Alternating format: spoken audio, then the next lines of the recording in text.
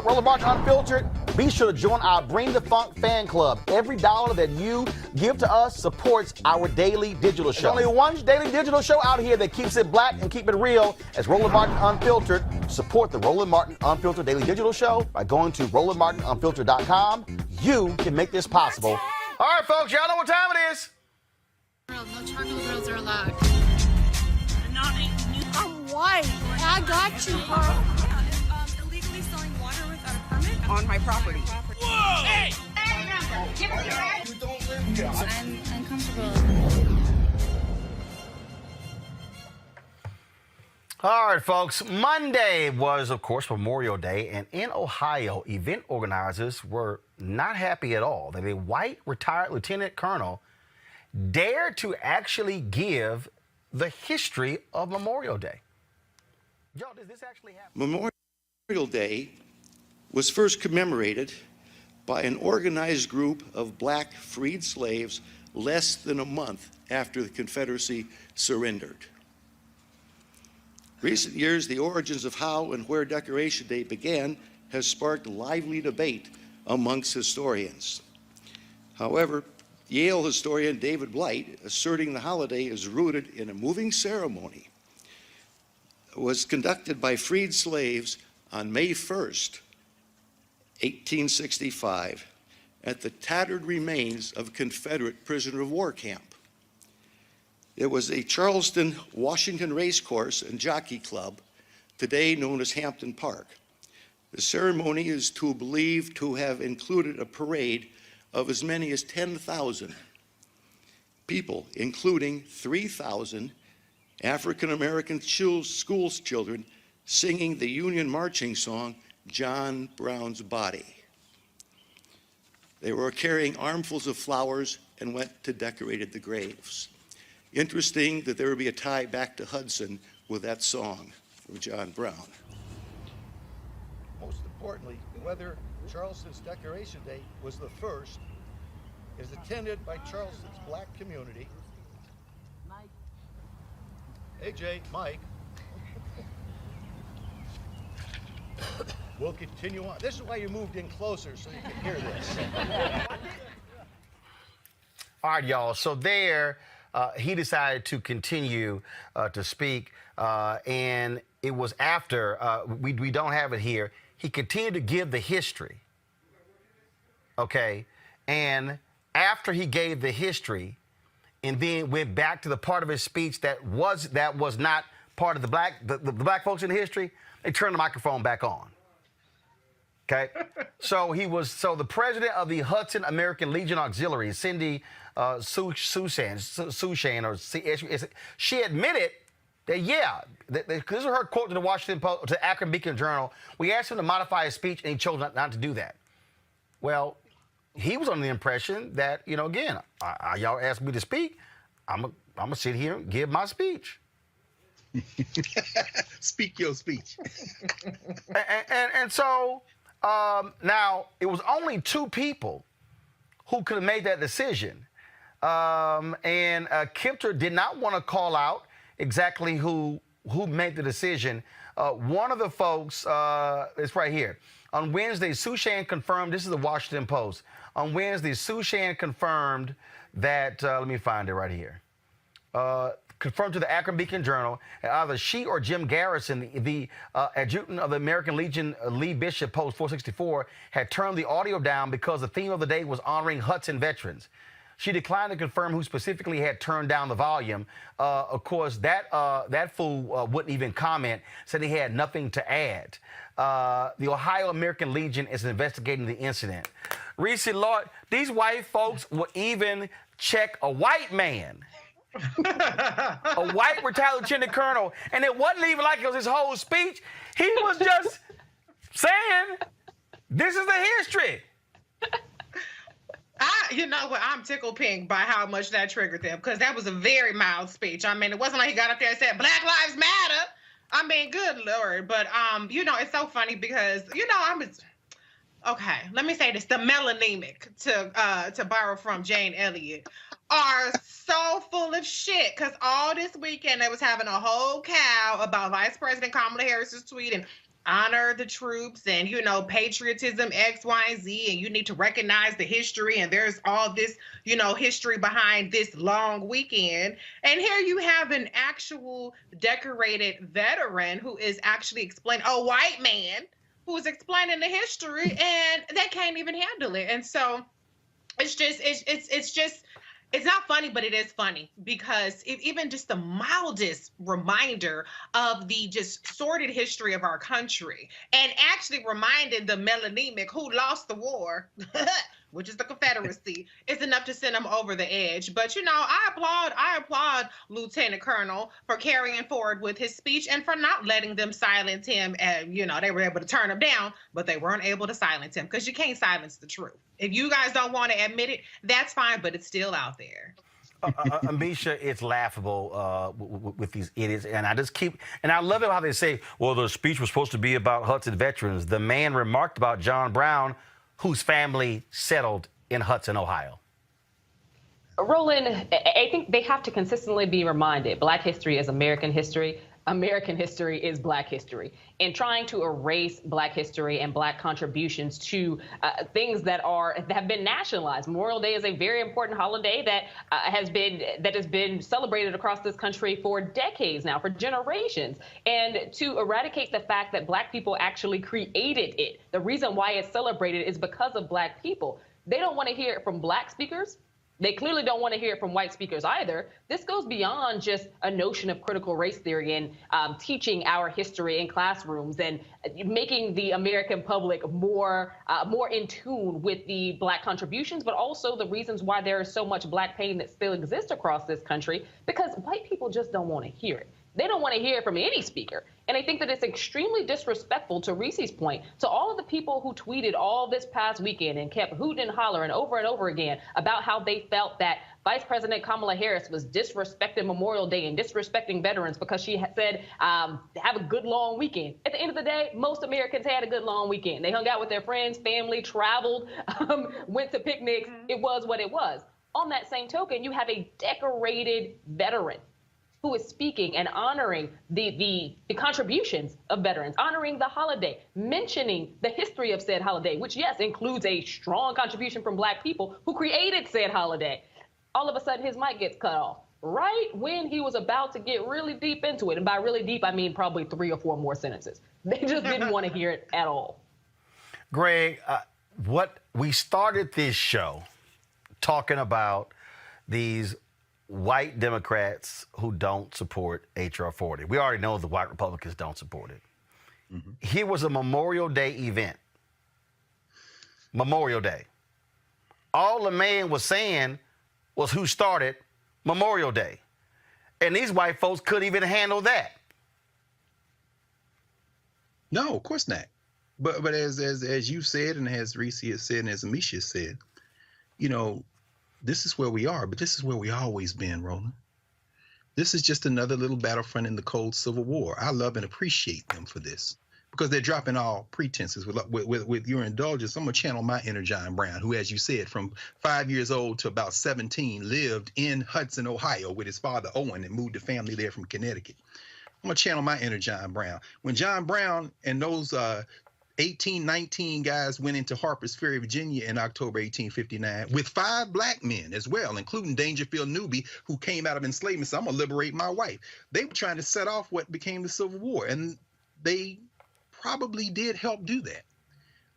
Lieutenant Colonel Bernard Kempter understands that, and the open enemies of our common humanity that cut his mic, I respect you all because you're fighting for something. You believe it. The thing about denial, however, is it doesn't stop reality. So you can get your 43 states and try to stop us from voting. That's fine. You can have your affirmative action hires in places like Duke, where Mike Krzyzewski hands off his job to another unqualified white man, and up in Boston, where Danny Ainge retires and another white man gets promotion, and even Stephen A. Smith walks off the set in disgust. Y'all can keep it up, but your little country is just about over. Now, I'll say this in the context of what happened on Monday. When you see Lieutenant Army Colonel Bernard Kempter say that, as you said, it wasn't, as Misha said, and Misha, you just said it, it wasn't going to be but a couple more sentences, but you just came back from Tulsa, brother, and the brother who did the children's book, who did the illustration on the children's book on Tulsa, He also did the illustrations on this little book. It's a good book for your children called, guess what, A Day for Remembering. There's Floyd Cooper. This is the history of that Memorial Day he was talking about. Roland, let's just pause here. Those Klan adjacent white boys between Akron and Cleveland and that little place called Hudson, Ohio, which has racial problems at Hudson High School the past couple years, they're fighting for something that is a betrayal. Forget a betrayal of America. It's a betrayal of our common humanity. Because what Kempter was telling them about in May 1865, those black soldiers in Charleston, South Carolina, went into what was a Confederate prison camp, dug up the bodies, Roland, dug up the bodies of the soldiers who had died in the Civil War, irrespective of their race, black and white soldiers. But these black people dug up the bodies, gave each of them a decent burial, and then 10,000 black people. He mentioned David Blight, but with all due respect to Professor Blight, a black man and black women have written about this for years. My man, Willard, oh man, I can't think of his name, Jenkins, Wilfred Jenkins at Temple University wrote about this in his book on Charleston. 10,000 black people showed up that May the 1st and decorated those freshly dug graves with flowers, including 3,000 school children, black school children who did it. Black school children before the end of the Civil War? Yeah, because they started schools immediately. And I love this picture. There's the arch those black men put together, martyrs of the race course. And they marched in there, and those children laid those flowers at the grave, singing, John Brown's body lays a molding in the grave. But his truth is marching on. Turn off the mic, because we about to turn off the lights on your little settler project. And you can put your fingers in your ears if you want to. You're just going to get run over. That don't mean the water ain't going to drown you anyway. I just love how these folk cannot handle any level of truth. You know, that was one of the cable news executives told a friend of mine that when he asked, why don't y'all have Roland Martin on more? And the person says, well, you know, I like Roland, but he's like a strong cup of black coffee. Thank you. And I said, you damn right. I'm telling y'all, folks, this is why all you black folks, when y'all going on these mainstream networks, do what I've always done, and Greg is showing y'all. Read some of them damn books. Infuse actual history into your analysis when you're on. Use your television hits as an opportunity to educate the masses on black people. Use the opportunity to weave in American history. Don't just talk about present day, because the reality is, as Dr. Maya Angelou told me, you are a teacher, and use it wisely. That's why I don't play around with this. That's why you don't see me sitting here getting involved in gossip and mess. That's why we don't talk about on this show who got married, who got divorced, who having kids. Because if y'all want to hear that stuff, y'all can go to somebody else's show. This is why we deal with real stuff. And so to that retired lieutenant colonel, way to give him hell and way to keep giving your speech. And I told Jackie, our booker, track him down. I would love for him to come on and read that speech again, so we have a clear audio portion of what he had to say. That way we can share it. And hell, more folks. And see, this is how stupid they are, you dumbasses there in Ohio. Because y'all so dumb. More people have actually heard what he had to say than the number of people who were actually at the event. That's why y'all keep playing yourselves. I keep telling y'all folk while we had this segment, Crazy Ass White People, because all y'all are doing is making our jobs easier. So I hope the American Legion of Ohio fire Cindy and that other fool, and y'all go ahead and replace them with some black veterans.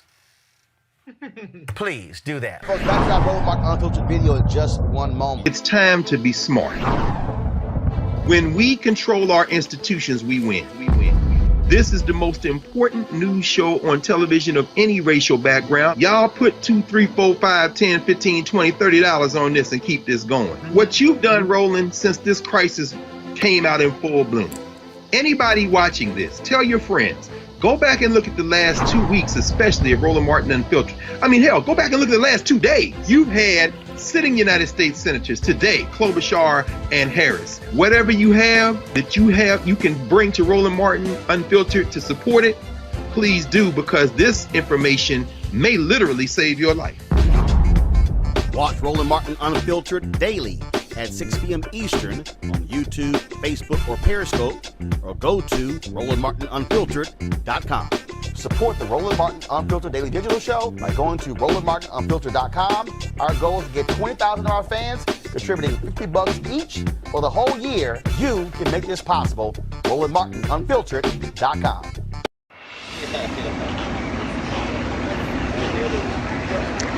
The eyes of the country are on Tulsa this morning as we mark 100 years since the massacre that reshaped the city. Joining me now, you know who it is, Roland Martin, host of Roland Martin Unfiltered, and congratulations, he's Fisk University's inaugural Revis L. Mitchell Distinguished Scholar in Residence. He's about to bring the funk. Roro, I'm so happy you're Glad to be here. You're looking very dapper and festive. Thank God I brought the long coat. It's chilly this morning, chilly. so this was a right expected. selection. I can be a little warm. You made a better choice than I did, my friend. I'm curious your take on all this because, as you know, the commission has raised $30 million to construct this commemoration and building to acknowledge what happened 100 years ago, but none of that money is actually going to the descendants or survivors. So there is some concern about monetizing tragedy. What are your thoughts? This is black pain now been treated like black porn. Cities like Tulsa, that's what they want to do. They went to Montgomery, Alabama. They went to Alabama and studied how Alabama has monetized the civil rights movement. And that's what you're actually seeing, and that is a problem. And so what we should be saying as African Americans, and no, we're going to stand with these residents in their demands by saying, no, you are not going to sit here and build a museum and do these things, and they're already including this now in the tourism of Tulsa.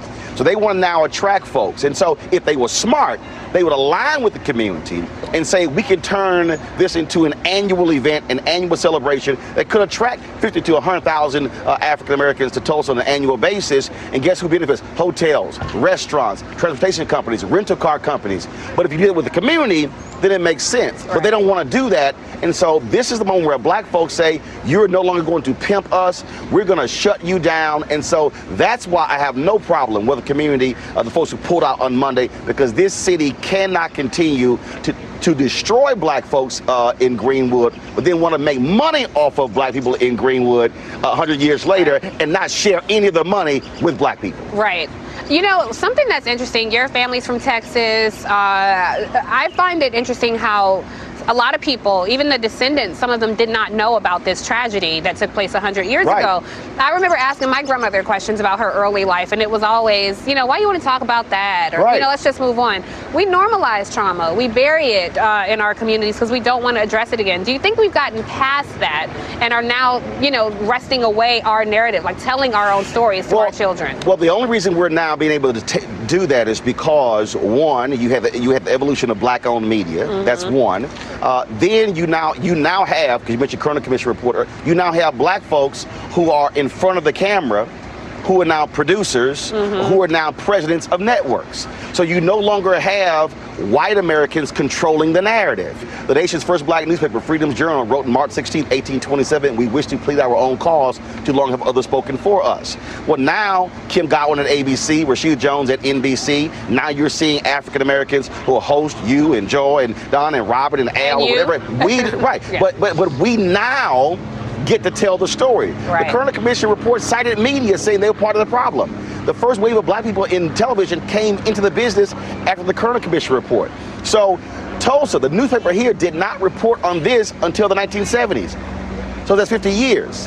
When did the first wave of black journalists come into newsrooms? In the 1970s. And so America has always denied us and our value. And somebody called me the other day to interview for a story on Rashida Jones, the president of MSNBC.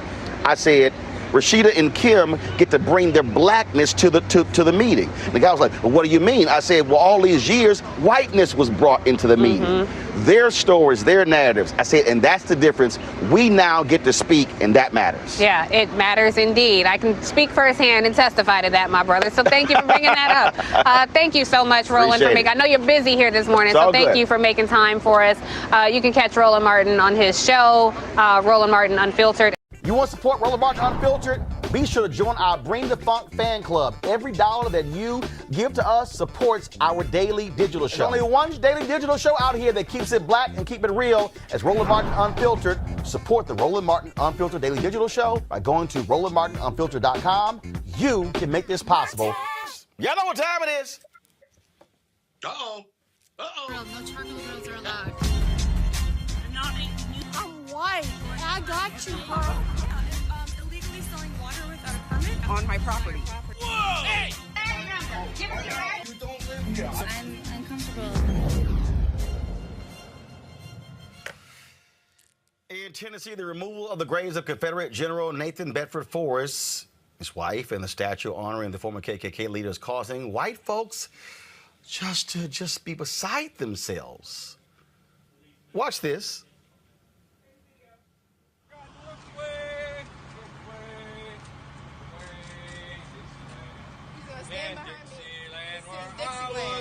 And I just told y'all that my ancestors picked cotton. I'm not making this up. I have slave records. My ancestors picked cotton. While his ancestors beat and raped my ancestors. But guess what? Dixie is dead. And it was killed by the descendants of black people. The descendants of black people. Van Turner and Tammy Sawyer and others, we took your hero down. And just like you, he's gone. Oh, I wish So I was. we are not post-racial America. We are not post-racial Memphis. This hatred and this racism is large and loud. I bet you do wish you were in the land of cotton. The remains in the statue will be relocated to the National Confederate Museum at Elm Spring in Columbia, Tennessee. Now, the construction crew, contracted by Sons of Confederate Veterans, put several Confederate flags on the site's fence. So this is so we can see this video right here. They went out of their way to pile bricks on top of the Black Lives Matter painting nearby and profusely harassed Shelby County Commissioner Tammy Sawyer as she spoke with the media. She joins us right now on Roland Martin Unfiltered. Commissioner, glad to have you here. So it had to be, I mean, you're watching this, and it shows you how these white folks love that racist flag. Yeah, they love it. I mean, they had it waving, and about 5 flags out there and a large flag. They draw a lot of inspiration for their hatred from it. So, I mean, were you surprised that when you held the news conference, this guy would constantly interrupt you, singing Dixie and mocking you at every turn? The thing that was most shocking, because we've encountered him in the past, but what was most shocking was that he had no qualms about threatening my life, about, calling me names, about singing Dixie, with every major outlet in the city and some from the state watching him. It's the audacity that they showed on January 6th. He showed right there. They don't care that their racism is out in the open. It's quite dangerous. Robert Portillo, this is the kind of nonsense, again, that we see. And these are the folks that, frankly, Republicans have been catering to for a very long time. Well, I think also we have to look at the dichotomy in what Republicans are arguing right now. At the same time that they're arguing we can't teach critical race theory in schools, which is not a thing. At the same time, they're arguing that we can't change curriculums to be more inclusive of what happened to Native peoples, what happened to African Americans. They want to uphold these monuments in order to make sure that we don't forget the history that they want to tell us of white domination of the South. And I think what we saw there is another case of white fragility, a white man who wants to hang on to that that mythos, that idea that they call it the lost cause myth, that the white South was fighting for the glorious antebellum past that we saw in Gone with the Wind, and that's completely disconnected from reality. So the taking down of these monuments and the deveneration of many of these places is important for America to heal. And also, let's not proceed with this concept that these monuments were somehow erected hundreds of years ago. Most of them were erected in the 1950s and 60s by the sons and daughters of the Confederate veterans in order to reestablish white supremacy during the civil rights movement. So this is why, Roland, you know I have a gun on me at all times. This is exactly why, because in case people like those wild Confederates get violent, you have to make sure you are exercising your Second Amendment rights, because after what we saw on January 6th, you can't put anything past them. Commissioner?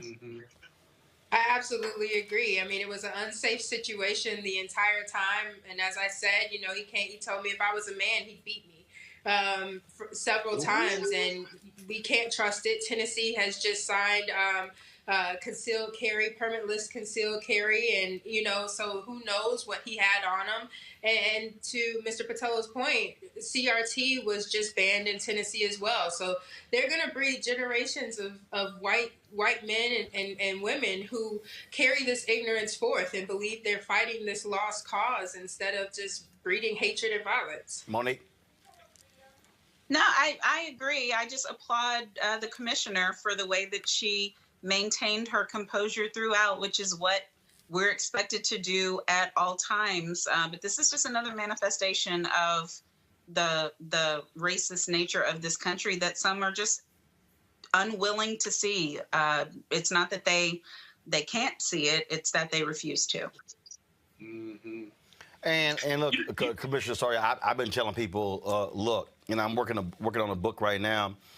This is white fear. They cannot handle no longer being the ones who decide everything. Absolutely.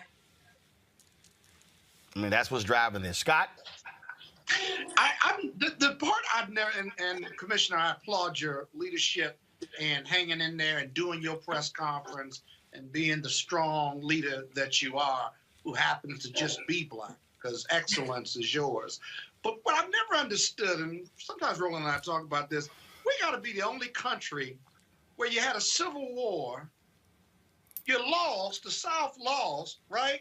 And we still celebrate their loss, or a group of people in America still celebrate the loss and have Confederate flags and statutes and yada, yada, yada. Hell, in Germany, it's illegal to own Nazi material or that wreck Nazi statutes and what have you, or even paraphernalia. And so I really think intellectually we got this wrong. At least Southerners have this wrong. And I would hope that at some point when we become enlightened in 2043, or when we become the majority, we would go even further as a country to bar those symbols of a loss of a civil war 200 plus years ago. So. Well, hell, Commissioner, we know how they feel about their guns. Lord, don't just take their little flag.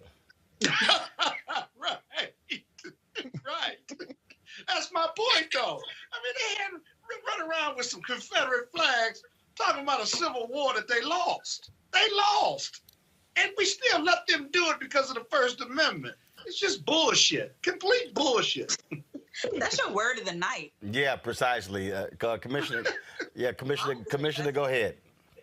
Well, it's embedded in everything that came out of the Civil War, though, and this is why they're so able to still have these gatherings, wave these flags.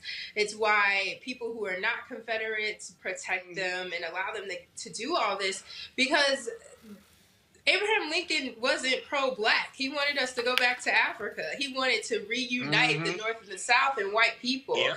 And so that's trickled down. That's embedded in everything, every law that's been made, since emancipation. It's why Reconstruction was so short.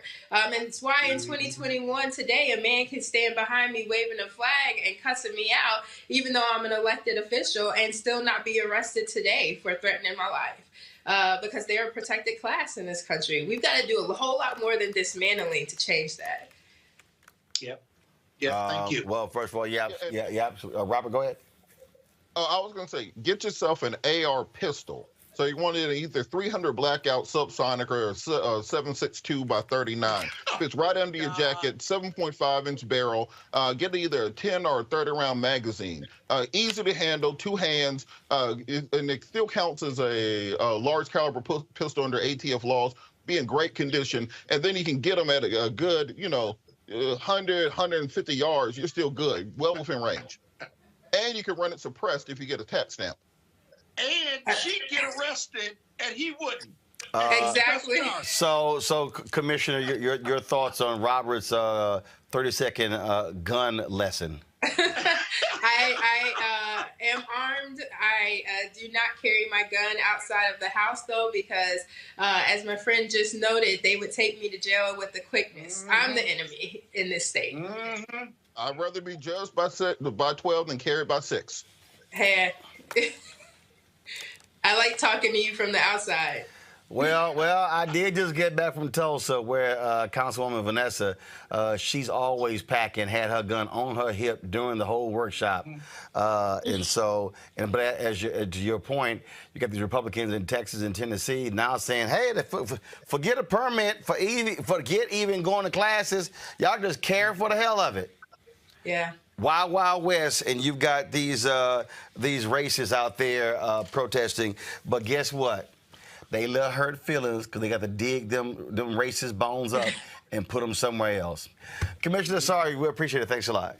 Thank you. All right. Folks, back to our Roland Martin Unfiltered video in just one moment. Racial injustice is a scourge on this nation, and the Black community has felt it for generations. We have an obligation to do something about it. Whether it's canceling student debt, increasing the minimum wage, or investing in Black-owned businesses, the Black community deserves so much better. I'm Nina Turner, and I'm running for Congress to do something about it. You want to support Roland Martin Unfiltered? Be sure to join our Bring the Funk fan club. Every dollar that you give to us supports our daily digital show. There's only one daily digital show out here that keeps it black and keep it real as Roland Martin Unfiltered. Support the Roland Martin Unfiltered daily digital show by going to RolandMartinUnfiltered.com. You can make this possible. Folks, earlier today, across from the Greenwood Cultural Center, they had the unveiling of that Tulsa mural. We had the opportunity to talk with the artist, a white man from Maryland, who talked about how he was moved by it and then explained to us, walking us through exactly what his vision was to illustrate what took place 100 years ago in the community of Greenwood, where 36 blocks were torched by racists here in Tulsa.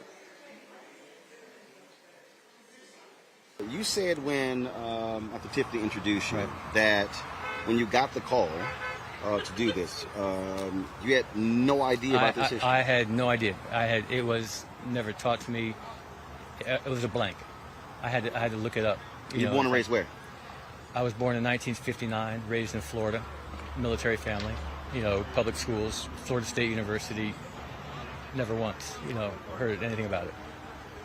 And how were you selected? Who chose you? How did that happen? I think Randy Vaughn, the gentleman right there, knew my work, saw the Harriet Tubman mural.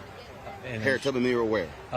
Harriet Tubman mural in Cambridge, Maryland, on the side of the Harriet Tubman Museum. Got it. And Visitor Center, or Educational Center. And again, it was, it was a powerful, powerful image of a powerful, powerful woman that when you tap into the stories that you're telling, if I didn't get emotional, if I can't get emotional, I'm not doing my job, A, but B, as a human being, so out of the hair, as a human being, you have to experience it in order to feel the pain of the person and the people that you're conveying, but even as just human beings walking the planet, to understand why the Black perspective has an issue with any of a number of things. And when you start to tell the story, you start to realize, the complete mistreatment and abuse of a race simply because of the color of their skin. It gets really heavy. And I don't say, I say that, but I mean, I feel it when I paint. Mm-hmm. And when Randy called me about doing it, and I think it was because of the Harriet Tubman mural, because for that one, it was the same thing. I don't take lightly that I'm a white man painting a black story, but I'm also a human being painting a human story, you know, and that we should be able to tell each other's story, you know, and the disadvantage to the black artist is that the white population is not hiring black artists to tell the white story, and I can attest to how much empathy and how much you learn about yourself and the people you're painting about by being asked to paint that story. So, you know, so and I think I try to convey that to my work, and I think that's probably why, in answer to your question, they asked me to paint it. Take us through your process to visualize this. What research did you do? Right. How often did you travel here? Did you talk to people? Right. Just take us through that process. I will. I had a lot of conversations with Randy and Dr. Crutcher about what it is they were trying to convey, what they wanted, you know, me to express through the painting. The amount of research, you know, listening to podcasts, reading historical articles, just reading everything I could about what happened that day. I didn't have the opportunity to travel out here. I mean, this is my first time in Tulsa, but I think... This is your first time here? In Tulsa, okay. Yeah. And so I think, I mean, that's the beauty, obviously, of the internet now, is that you can pretty much get a picture of what it is and what happened through all the, you know, all the documentation. But what you don't get is what you saw today, was that human level, that emotional level, and sometimes it just doesn't work that you can travel, you know. Either you're working on other projects and getting out to meet, you know, the people face to face. It's not feasible. It may not be in a budget. At the same time, you know, the beauty of the internet, again, Zoom, you know, I can have a conversation with you over the internet, and at least I have contact with you, which I did with them. So, yeah, my first time here. And so how did you settle? So how did you settle on this? And so because you had the different. Well, you know, so we're gonna get the microphone here. For Anthony, sure. so just stand on that side right there. Okay. So just explain the different elements of this mural. Well, when I was having the conversation with Dr. Crutcher, you know, she was telling stories, telling me about, and I had also read the stories, but the first-hand account, you know, of running down the street with her mother, being chased by white men, and you know, you just had to read about the white community deputizing 500 people and being told to make it happen. You know, these are and you know, the deputies allowing it to happen. I mean, I would say that, you know, the police force at that time allowing that community, the white community, to burn down the town and kill. Those are truths that you can't gloss over. I mean, that's the truth that gets swept under the carpet. That's what has to be, you know, when you look at that in this painting, you want to know, who is that person? Why is there a white guy and they're holding a gun? Why are they loading bodies onto a flatbed truck? And when you start to do your research, you start to realize that's what happened. They loaded dead bodies onto trucks and took them to mass graves. You know, you know that, you know, the white community made sure that they could, you know, that they went into every house, you know, and in every business to you know, and destroy it. The whole goal was to destroy it and get rid of all evidence, and then to pillage what was in every one of those houses. That has to be addressed. You know, you have to feel, as a white person, you have to look at that and be a little bit shocked that, you know, wow, yeah, I don't feel that, but someone did feel that, and they did this, and that person, and the consequences of that action was what's right there in the center, which is a loss of a husband, a father, you know, of a future. You know, got the child clutching. The child, yeah. Well, you know, my dad died when I was 7 years old in Vietnam, so I never saw him. He never came back. He's MIA. And I remember my mom screaming, you know, when they came over, and I remember what it feels like, you know, what it felt like as a child to, you know, to have your dad no longer there. The difference was I still had a community, I still had a house, I still had, you know, a family surrounding me, a military family. This child doesn't. I mean, to be that boy at that age and have this happen, you can't comprehend at that age what happened, except you were afraid. But you know, when he turns 15 or when he turns 17 or when he's 20 years old, he'll start to feel all the pain that he's feeling at that moment. And as a viewer, I think it's important of public art that tells a story like this, you have to be able to put yourself as a viewer into that boy's mind, into that woman's heart and mind, and to feel the devastation of death, you know. And you've got to be able to look at the white community, your community, and say, they did this, you know. And you also have that plane. The airplane as well. And what people don't realize is, they covered this in the 60 Minutes piece as well. Right. That this was the first time planes had been used to terrorize American citizens. Yes. Not 9/11. Yes. What happened here in Tulsa. Absolutely. This massacre. And is the orange? Does this happen? Well, see, the orange it represents fire, but obviously a lot of this fire would already be gone. Right. So I had to come up with a style that wasn't fire, but it felt like fire. But didn't it also start after sundown? So you sort of have sun setting, so it gives both. Which is why you get that kind of long shadow. This is either early morning or late in the evening. But so you just as a technique, you know, you want your eye to go right to the people. The other story you will eventually learn as you look at it. But when you look at the immediate impact of this mural, I wanted it right in the center. I wanted all the lines converging into her, because that's the legacy. That's what happened. You know, what happens after this moment on this porch. Who knows? I mean, was she able to rebuild? Was that boy able to go on and live a prosperous life? I don't know. But we as a viewer have to confront that and say, you know, this can't happen. We can't. This kind of hatred, and we know it's still out there. I mean, we're not fooling anybody that, you know, that there are still people with that kind of hatred in their hearts, and it's. I think the more you tell the story, the more people, like I do, after telling the story, I despise that hatred now. I mean, before you understood it was there, but until you really start to tell a story and feel the empathy of those that are affected by that, you don't, you know, that's when it has an impact. And that's how, as an artist, I'm changed by telling these stories. I mean, and it's, I take incredible pride in telling the story, telling the Black heritage story, telling the Black story. I'm not Black, but as a human being, we all are, you know. And if I can't get into that story, then how can we ever, you know, move on? On the side over man. here, you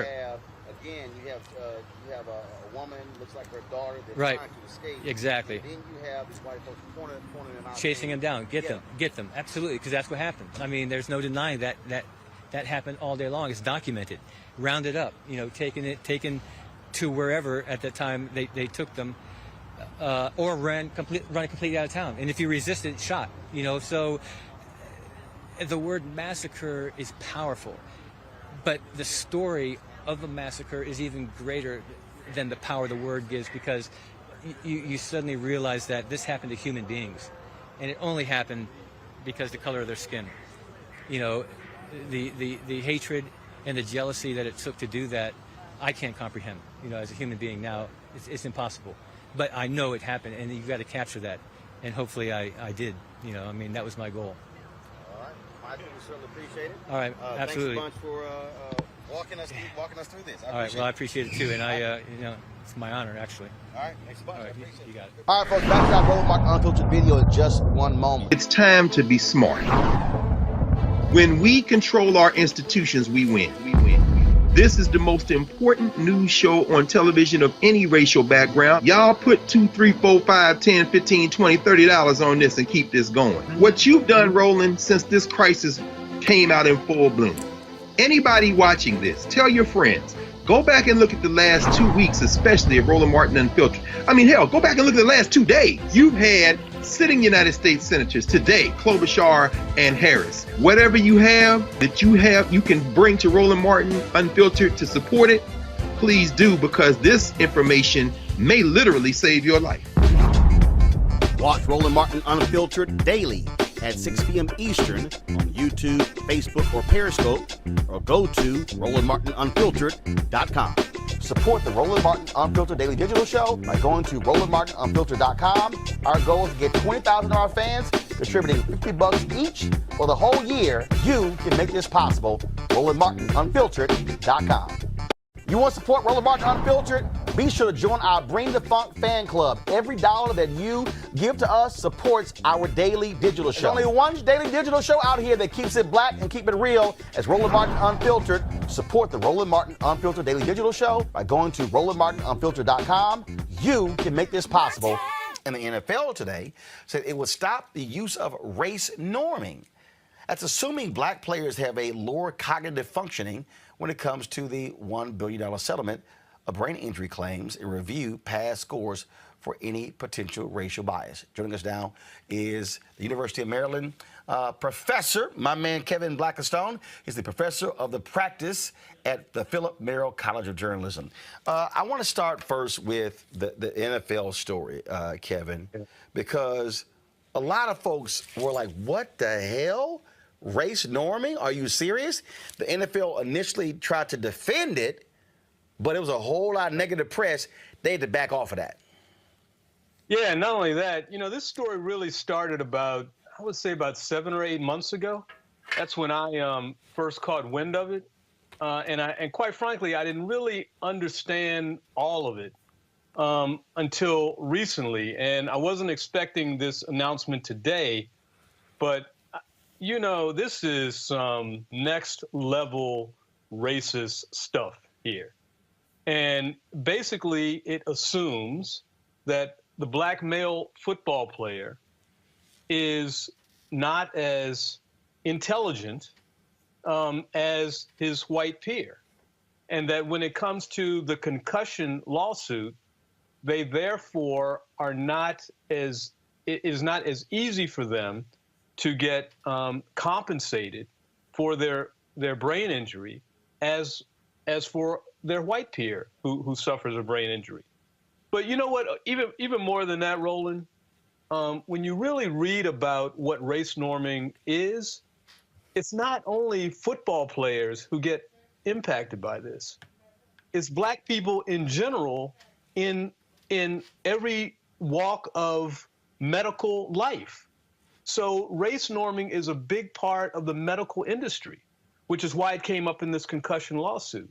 And so if you are black in this country and you are suffering from diabetes and it has wrecked your liver, your kidney, and you are in need of a transplant, this impacts you negatively because you are looked at further down the rung than a white person who is suffering the same ailment. So we can focus on the NFL today and what it says about the NFL and the fact that Roger Goodell and everybody who runs the NFL was very disingenuous when they were talking about Black Lives Matter and supporting black athletes, while, as you pointed out, behind the scenes they were fighting this particular issue, which affected the life, the well-being of former players. This impacts us all. And that's what's really, really frightening about it. And then I'll point people, I put it on my Twitter account, @Prof Blackistone, but Lucia Trimbar, who's a professor at New York University, she's written about this rather extensively. And I urge people to go read her writings about it. And look, it was the players being quite vocal about this and going to the media that really made this blow up. Yeah, absolutely. Had they stayed silent, we may not have heard about that. Had they not had the audacity to file a lawsuit against the NFL on this, it may never have come to light. Which is why voice is so important. It doesn't matter if you're an athlete. It doesn't matter if you are someone who cleans the clubhouse of the locker room that the athletes perform out of. It's important for us to have voice on these critical issues. Folks, back to our Roland Martin Unfiltered video in just one moment. Racial injustice is a scourge on this nation, and the black community has felt it for generations. We have an obligation to do something about it. Whether it's canceling student debt, increasing the minimum wage, or investing in black-owned businesses, the black community deserves so much better. I'm Nina Turner, and I'm running for Congress to do something about it.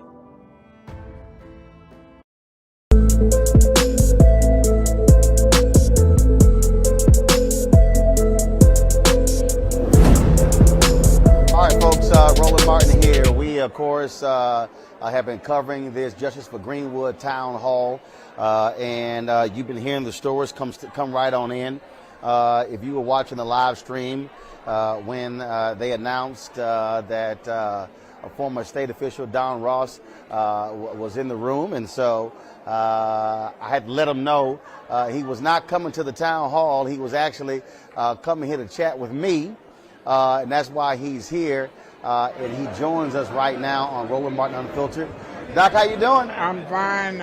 My back hurts, but I'm old. How old are you? You know what I mean when you get there. I'm 80. You're 80 years old. I'm old.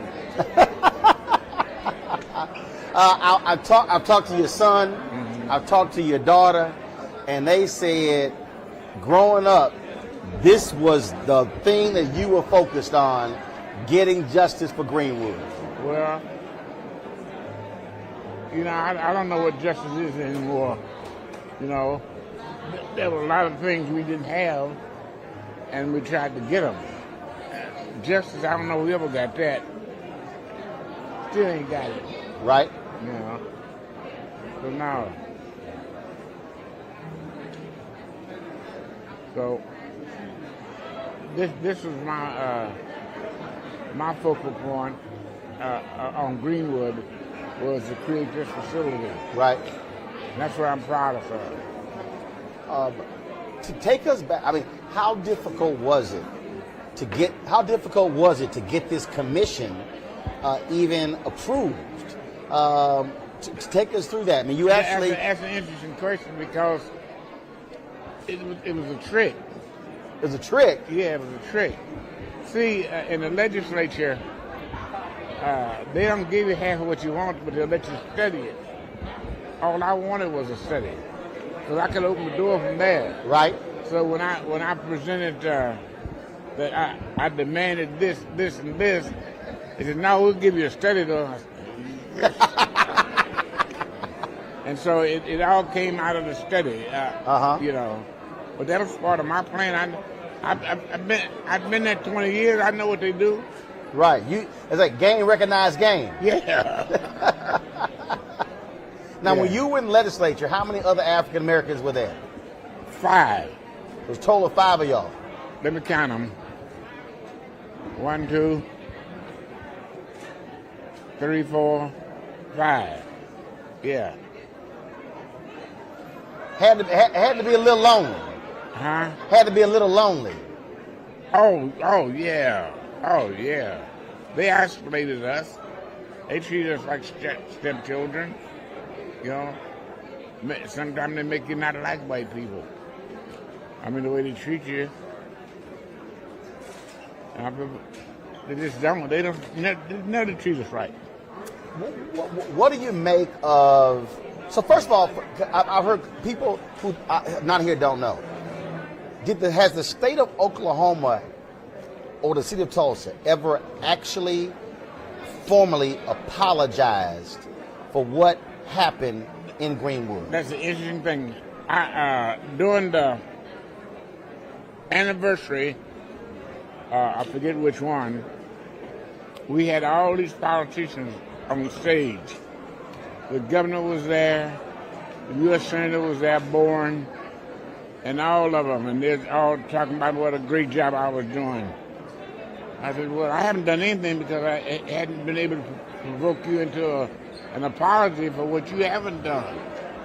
So it took a number of years for them to apologize for what they did to my community. Mm-hmm.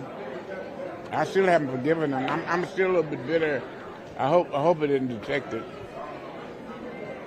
You say you're still bitter. Why? Yeah. Well, there's so much that could have been done that should have been done. But white people and some of the black lackeys hid behind that. And we never get done what we could have gotten done here. You know, there's still some work that should have gone on in this building that will never be done now. Mm-hmm. You know, so yeah, I'm a little bit bitter. How do you feel about, you know, City of Tulsa builds this $30 million museum, Greenwood Rising? You know, they are trying to create this sort of this tourist thing around Greenwood.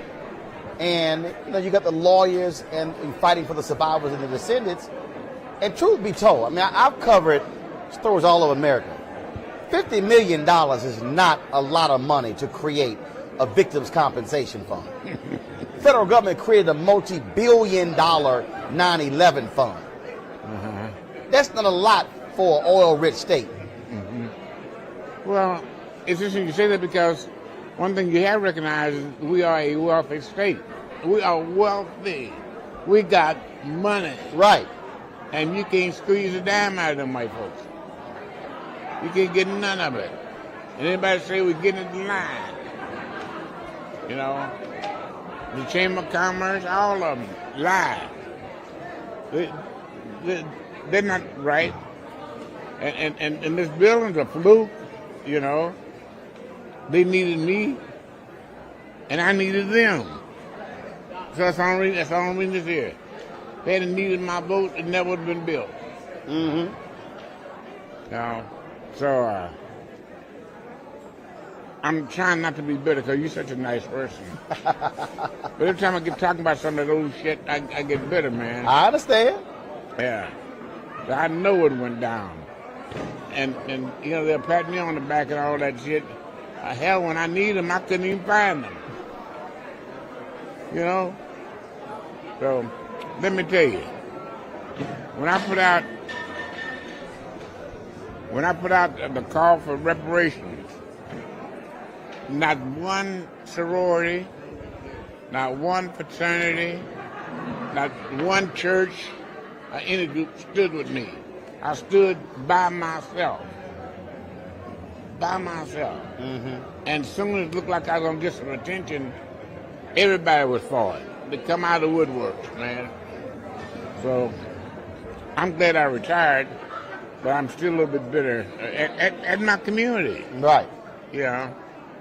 So we could, we had them. We could have got a hell of a lot more if we could just band it together. But that just ain't, I know it's not just Tulsa, that's everywhere. Right. That's just us.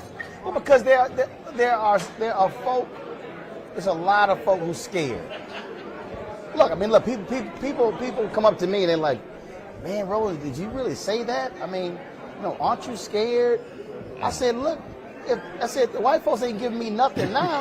I said, why am I going to be quiet in the hopes that I'm not going to get something tomorrow? Yeah. I said, hell, I might as well say something, then I actually might get something.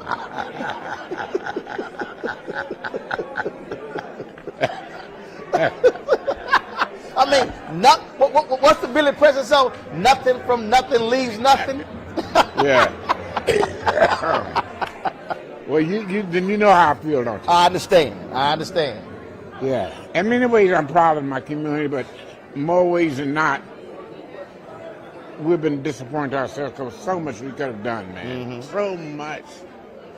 But all that jealousy, city councilmen fighting the state reps, and they're fighting the state senators, egos are all around. So finally, I just quit. Mm-hmm. Now, when did you retire? In I've been in, why'd you ask me that? I've been in it 21 years. Okay. 21 years I was in it. So you figured it out. My math ain't that good. So you wrote a book, Pillage of Hope. This is the book right here.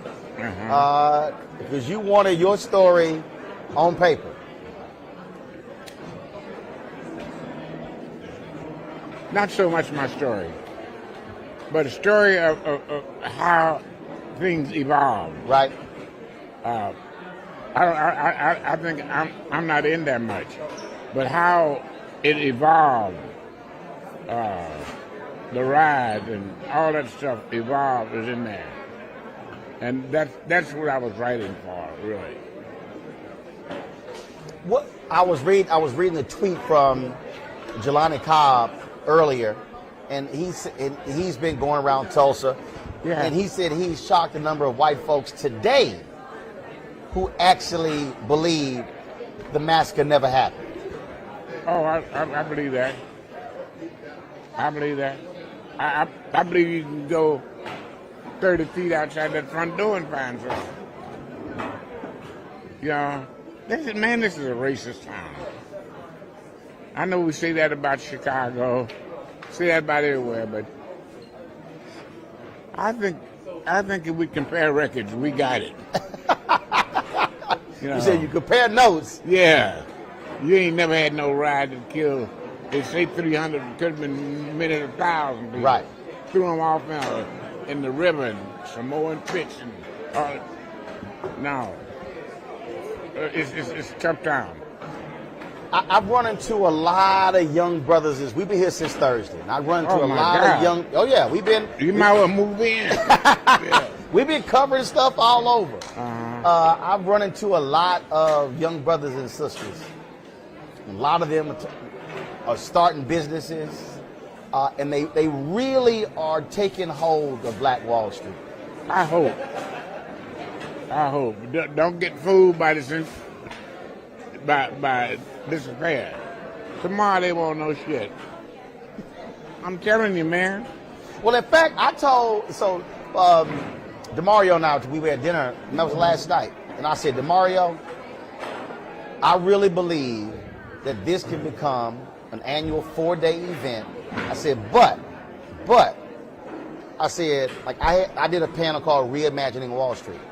I said, I appreciate being asked to do it. I said, but there should be actual business workshops on how to build the business, how to market, do financing. I go to a lot of business conferences, but this could really become an annual 4-day deal that is a grassroots business conference, teaching our folk how to build and sustain businesses. They started off well. Then Black Eagles got in the middle of it, and I just quit. I saw it. No. I mean, I didn't knock it or anything. I just got away from it. Gotta keep ego out of it. Yeah, but man, I love my community. Don't get me wrong. I got you. I know how you feel. But I just don't know what can. Oh, I get Black folks who come on my YouTube channel, dogging me, talking to me, you not down for Black people. And in fact, I had some cats yesterday yelling and screaming, you a disciple of the white man. And I laugh, and I just tell them, you young and dumb, just move the hell on. Yeah. You know, I don't want to sit here and worry about these fools, because I know the folk who I've talked to, who've impacted, who we've helped. And so it's going to always be a new fool. Yeah. I just kind of said, when I became ill, I just kind of stayed away from everybody, because I don't want to argue anymore. Right. Man, you don't know. I spent 20 years arguing with these Negroes. Oh, yes, you would know. I do know. I do know. I was trying to hide it from the white boy, but it's too late. He Black. Oh, really? Man, you could pass. Lord, dog. But I don't know. I don't want to leave a negative. If you ask me, am I proud of the facility? Oh, absolutely. Because I pretty much single-handedly did this. Tell you how cold-blooded my people are. I hid the funding of it for 8 months until I got it all locked down. Really? Yeah. They want to make this a gym. I got a gym across the street. Got a gym over there. Every time we get open space, they want to put some goals up and shoot basketball. Man, we got about 5 gyms I know about. Uh-huh. Yeah. So you hid the money. I hid the money. They didn't know what was coming up over there. Me and Senator Horner. When they found out about it, it was half-ass built. Yeah. We hired our own architects, the whole bit. But they were, oh man, tell them what this would have been if I turned them loose for a community meeting. Mm-hmm. So you kept it quiet, kept it to yourself? Silent. Nobody knew. They kept seeing stuff going on, so I wonder what that's going to be. I said, man, I don't know. Man, you got to know these brothers, these co-brothers. And we had a couple of brothers, and I ain't going to call their names because they might be on TV, but they cut my throat every chance they got. Every chance they got. You know? So I wasn't about to let them have an edge on me. But then all of a sudden it get built, and you sat back and said, see, I told y'all I was going to do this. How'd you know? I could tell. Yeah. I picked it up in your spirit. Well, now, see, I can call their name, Jack Henderson and what is the other boy's name? Oh, I forget his name. I'll think of it. Yeah, it was two of them that fought me down the line, man, lied on me. Man, we had a chance. And on my mama's grave, we had a chance to get $30 million. Really? To develop this whole area. The two black city councilmen killed it.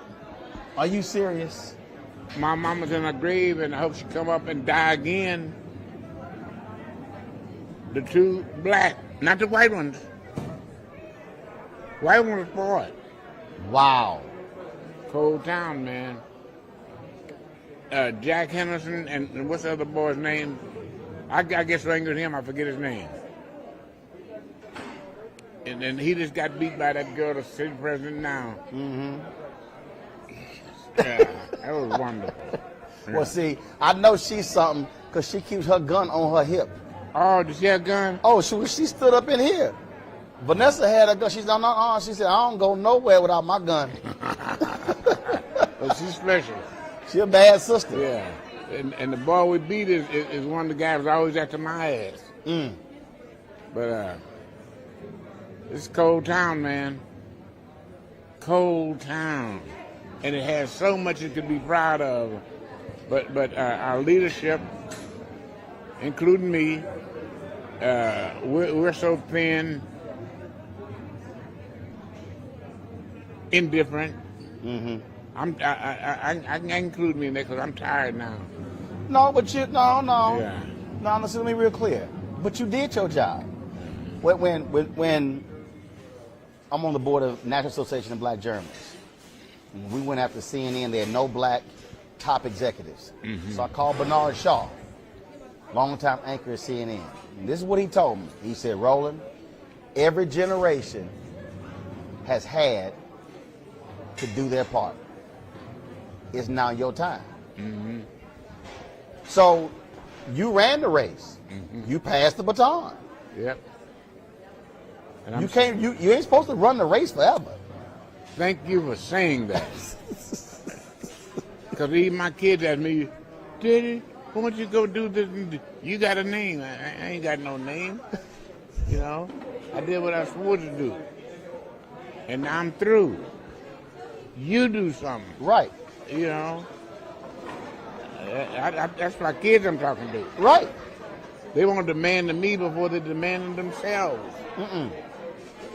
Yeah. No, my parents are 74. Uh-huh. They did their job. That's right. That's right. So I'm not as bitter as I appear to be, but I'm also not very comfortable. Mm-hmm. You know, because you know what it could have been. Oh God, man! And that's what's yeah. And I know how that feels. I ran the Chicago Defender, and I knew the vision I had, mm-hmm. and I was adding podcasts and magazines, and we were going to do events. And they came to me and they were like, "What's?" And here you get this historic black newspaper. And I'm talking about. I mean, I had the vision, and I said, "Man, look, These are all black millionaires.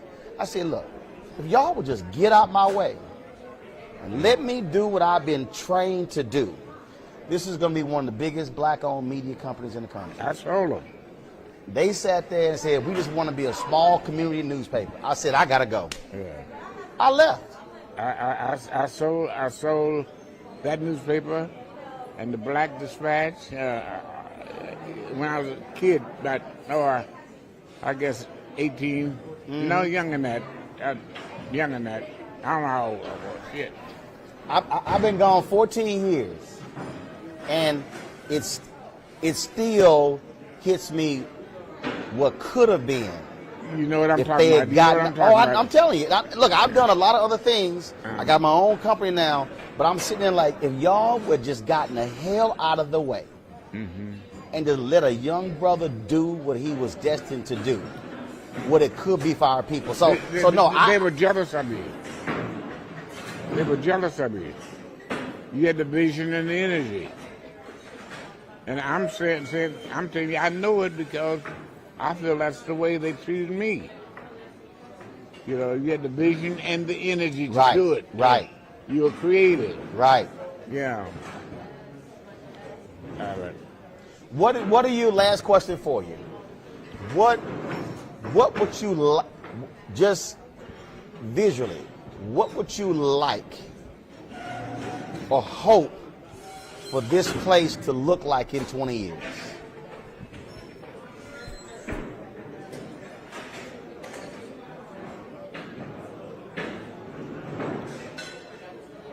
I'm going to say this, and I don't mean to be negative, but I just have to be. I don't see, including my kids, I don't see any creative energy coming up that are willing to invest. It takes a lot of time and energy. That's right. A lot of time. Right. And I don't see as long as my son is driving his Mercedes, he could give a shit less. You know what I mean? And the other one got him one of those big ass trucks so he can give it down. My daughter, it probably cares the most, and she got the least. She's a teacher. She's a teacher. How'd you know? She told me. I interviewed her. Oh, okay. Yeah. Yeah. Rest of them, they don't care. She really does care. And she stays on my ass to keep me caring. But, well, I've talked to a lot of cats.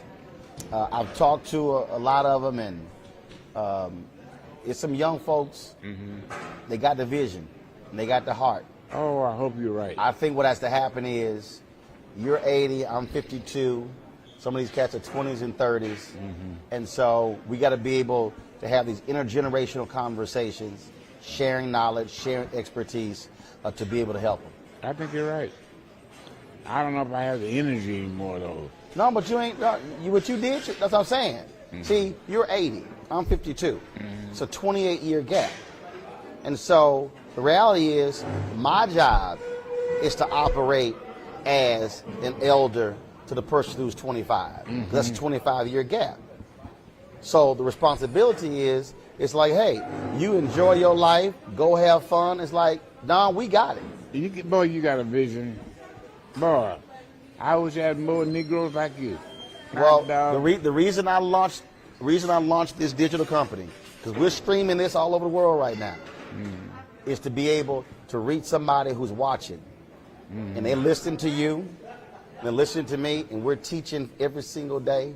We're broadcasting every day to create a bunch more media, a bunch more use. Oh, you sell advertising on it? Yeah, we do that as well. Okay. Absolutely. Yeah. But the fan base also gives to help us. They gave last year $672,000 for us to keep broadcasting. Oh, good. You have arrived. Yeah. You have arrived, my man. Well, we would like to give $1 million, but look, we're gonna take every single dollar. But the point is to use it and to teach and to give information. 'Cause information is power, and then we do that. Look, it's not on. All I can do is give it. They got to be able to take it, but you got to have somebody who gives it for you to take. Boy, you understand it. You sure do understand it. You do, man. Man, you give me hope. It's a lot more. It's a lot more me out here. Trust Man, me. I haven't met him, but I'm locked up in this country town here, and he said, "Ain't that country?" I can't say it now. Well, we gonna stay on this wall. We gonna keep hitting them. I asked your daughter, I said, is he coming? He coming tomorrow? She said, no, he's not coming. And she said, well, he might come talk to you.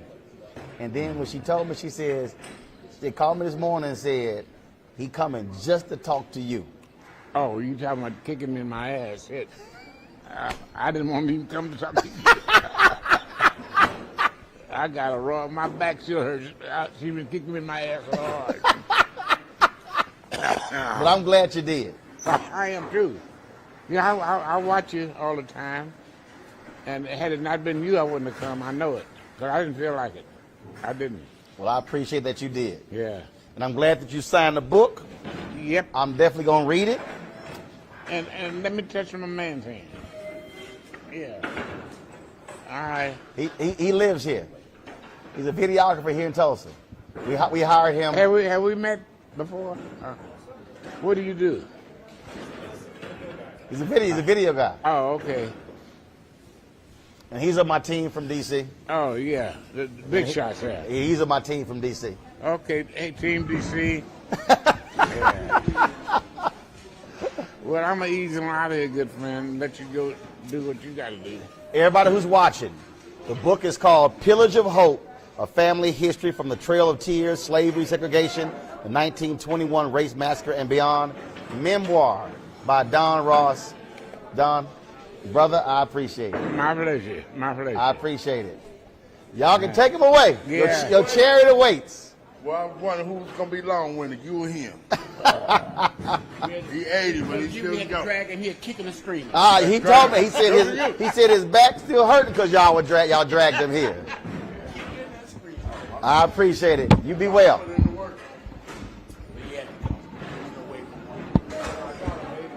I told her. I told her I want to talk to him. Yeah, you did the right thing. I appreciate it. He talked to the right one. He doing I can wear them out. No, you can't wear me out. I was one on your case. You doing this thing. You got to take credit. That's what you would do. I appreciate it, my brother. We appreciate you. You be well. All right. You take care. Yep. Yo. I want something to eat, but I don't know what. Well, got it. Folks, y'all can go and get it. Bookstores, Amazon.com. Former state legislator Don Ross. Oh, my God.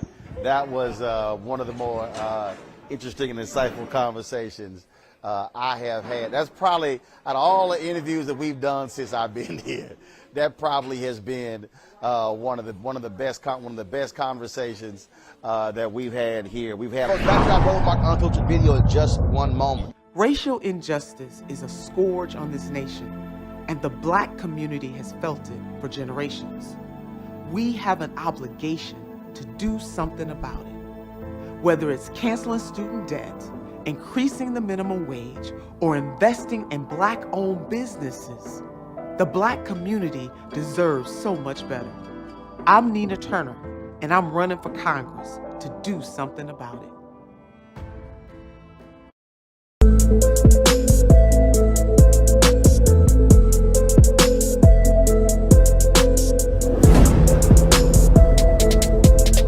There still is controversy here. We told you yesterday that Stacey Abrams and John Legend, the event featuring them on Monday has been canceled. On Monday, they planned a nationally televised event that would feature Stacey Abrams and other speakers, and there would be entertainment from John Legend.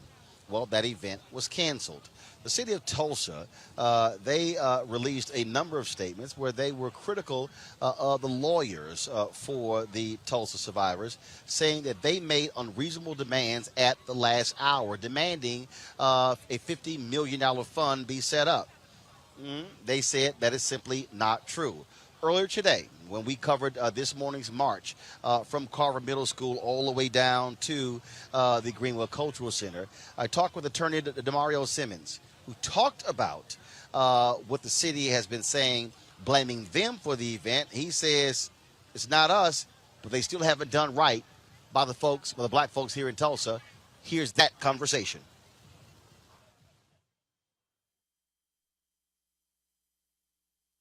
Hey, what's up? Attorney Demario Simmons, Justice for Greenwood Foundation. We're out here honoring our ancestors, our 3 living survivors, the descendants, and the people here in Tulsa who've been oppressed for 100 years. Here in Greenwood, the most prosperous black community ever was destroyed. 40 blocks decimated, hundreds of people killed, tens of millions of dollars of destruction. And in 100 years, not one penny has been paid. Not one person has been arrested. The city would not even admit their guilt. But today, it comes due. That is what we're here for. Justice for Greenwood Foundation. Support us at justiceforgreenwood.org. Thank you, Roland. We love you.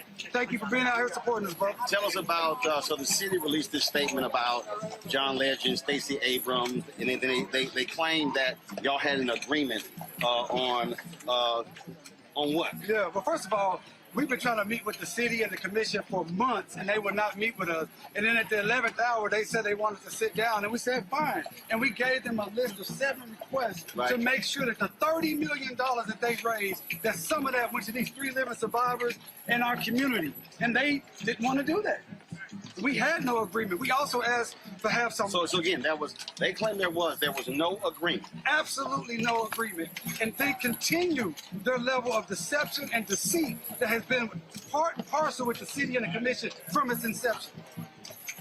And so for the people who don't understand, you have these sort of these parallel events. What y'all are doing, then what the city commission is doing, and y'all have made it clear that this is about the community. That's right. We're all about the community, Roland. It's all about the 3 living survivors. It's all about the people that suffered the harm. It's all about reparations and justice. Where for the city and the commission, it was about making money. That's their own words, cultural tourism. And they were not about trying to do reparative justice. They were not trying to put the people first. That's why they wouldn't even give them 1 penny of the $30 million. They were not going to give that to the community. Mm-hmm. And so, what's next? I mean, what do you want folks who are watching to understand what they should be doing, what they should be saying? Absolutely. They should be saying justice for Greenwood. They should be going to our website, justiceforgreenwood.org, signing up to support our survivors, donating to our cause, because we're trying to seek financial compensation, accountability, and making sure the stories of these descendants are known. We have descendants throughout the world. We call it the Greenwood diaspora. But what people don't realize is that 10,000 people became refugees, and they were spread out across the country. Absolutely, 10,000 people. At any time, Roland, there may be 15,000 to 20,000 people in Greenwood. Greenwood was the city for all the black towns around Oklahoma. Greenwood was the crown jewel, and these people lost everything and were dispersed to Kansas City, Dallas, Oklahoma City, New York, Baltimore, California, everywhere. And we're trying to capture those stories and get resources to those people. All right, then. Give us the website. www.justiceforgreenwood.org. That's justiceforgreenwood.org. Roland, we always appreciate you. Support this man, Black Media. He makes sure that our stories are told our way, and we cannot be silent. Support Roland Martin. Get down with the Bring the Funk fan club. I am a proud member. I appreciate it. I appreciate it.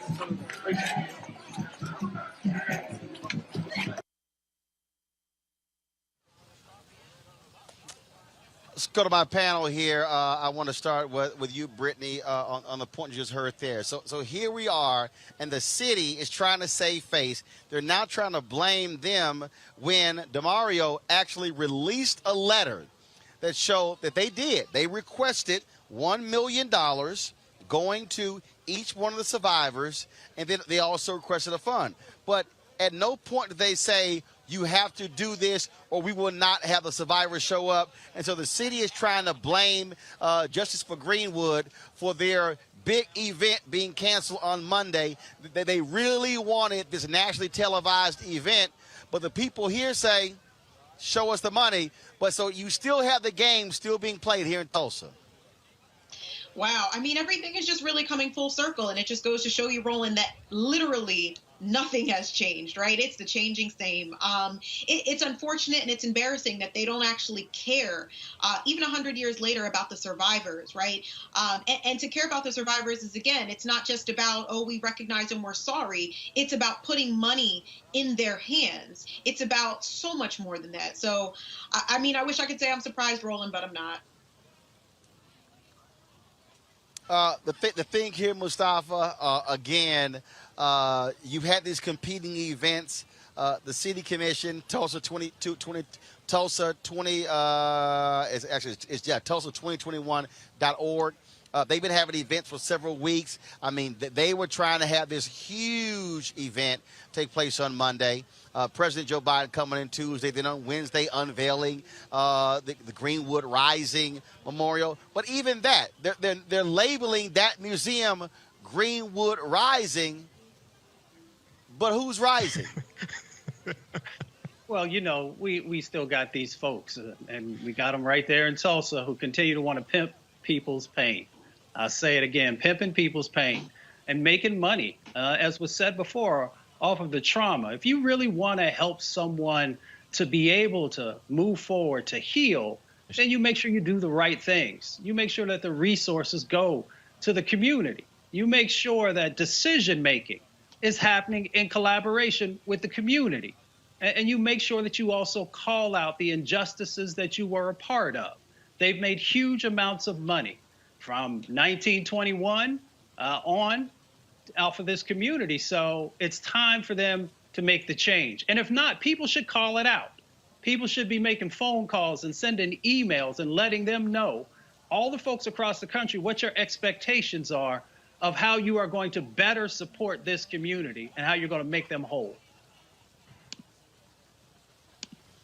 Michael. Brother, you know, they should call that exhibit Getting Over on Greenwood. That's what they should call it, because that's exactly what they're doing. Personally, I don't think, see, for my understanding, the Tulsa Race Massacre Centennial Commemoration is controlled by white people and Republicans. That's my understanding of this, okay? I don't think they wanted the survivors there in the first place. Because if you have the survivors there, then the survivors are going to talk, okay? And is really going to expose what's taking place. So then you have a contrast, okay? When No, Michael. They want them there because they want the picture. They want the visual. Yeah, they want the photo op. They want the photo op, like Trump wanted photo ops with black people, right? But yeah, they want the photo op, right? So when Mother Fletcher testified in front of Congress, the House Judiciary Subcommittee, she talked about how $30 million has been raised, right, for this whole commemoration, and none of it is going to the survivors. So they still don't want to address the issue, still don't want to deal with any type of reparations. But it's not, I want to make this very clear, it's not just reparations to the 3 survivors, it's not just reparations to their descendants, it's to the entire Greenwood community. Because we rebuilt Greenwood after the race massacre, but the expressways, the U.S. interstate highways come through and destroy it again in the 1970s. That's federal dollars that destroyed it the second time, okay? So it's not just, you can't just get off paying reparations to 3 African Americans who are 100 years old, 106 and 107. It has to be to the entire Greenwood community. That's where the reparations have to go as well. Folks, back to our roadblock unfiltered video in just one moment. Racial injustice is a scourge on this nation, and the black community has felt it for generations. We have an obligation to do something about it. Whether it's canceling student debt, increasing the minimum wage, or investing in black-owned businesses, the black community deserves so much better. I'm Nina Turner, and I'm running for Congress to do something about it.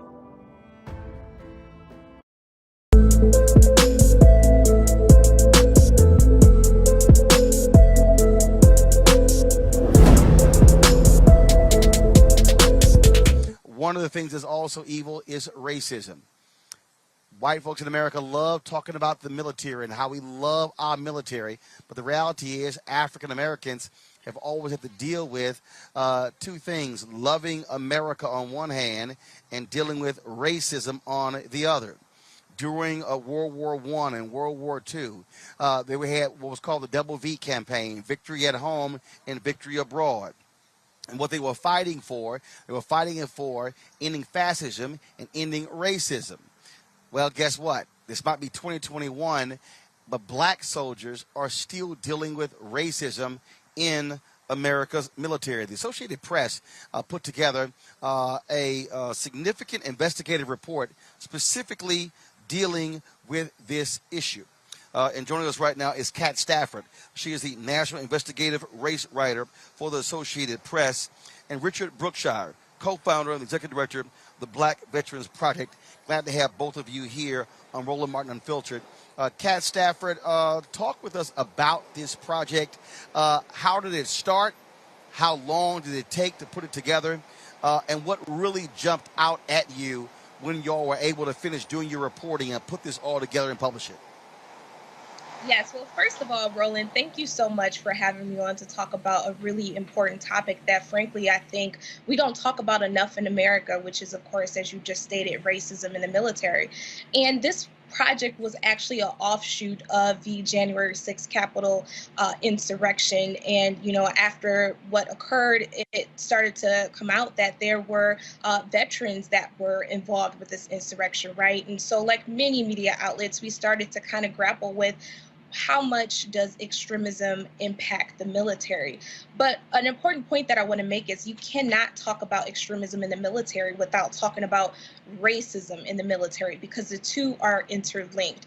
And so what we found was that despite repeated pledges over the decades, really, this has been a long issue. This is nothing new. But despite these repeated pledges, the military has yet to really deal with racism in the military in a substantial way. We had really heartbreaking interviews with current enlistees, all the way up to officer ranks, right, as well as veterans, who kind of detailed how this is a generational issue. And some of our main findings were that the military's judicial system does not have an explicit category for hate crimes, which makes it difficult for them, right, to really figure out how big of an issue is prejudice in the military. We also found that the Defense Department does not have a real way to track how many troops have been ousted for having extremist views. So these are really concerning things that we have seen a lot of organizations really pleading with the Department of Defense to address.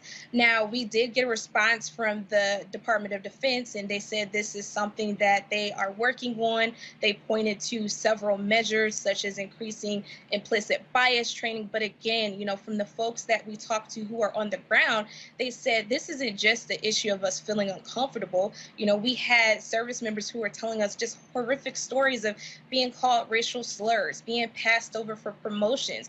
And the key thing here is, yes, racism exists in all of America. So of course it may exist in the military, but when you're talking about folks who are in life or death situations, there's an added layer of danger that comes with this, right? And so people are really pushing and hoping that with now Defense Secretary Lloyd Austin coming in, that he will really impart some systemic change. But again, this is change that needs to take place across the board on every single base.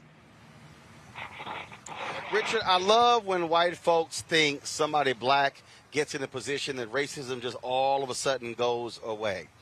We have our first black Pentagon secretary, retired four-star General Lloyd Austin. Of course, we've had other black generals as well.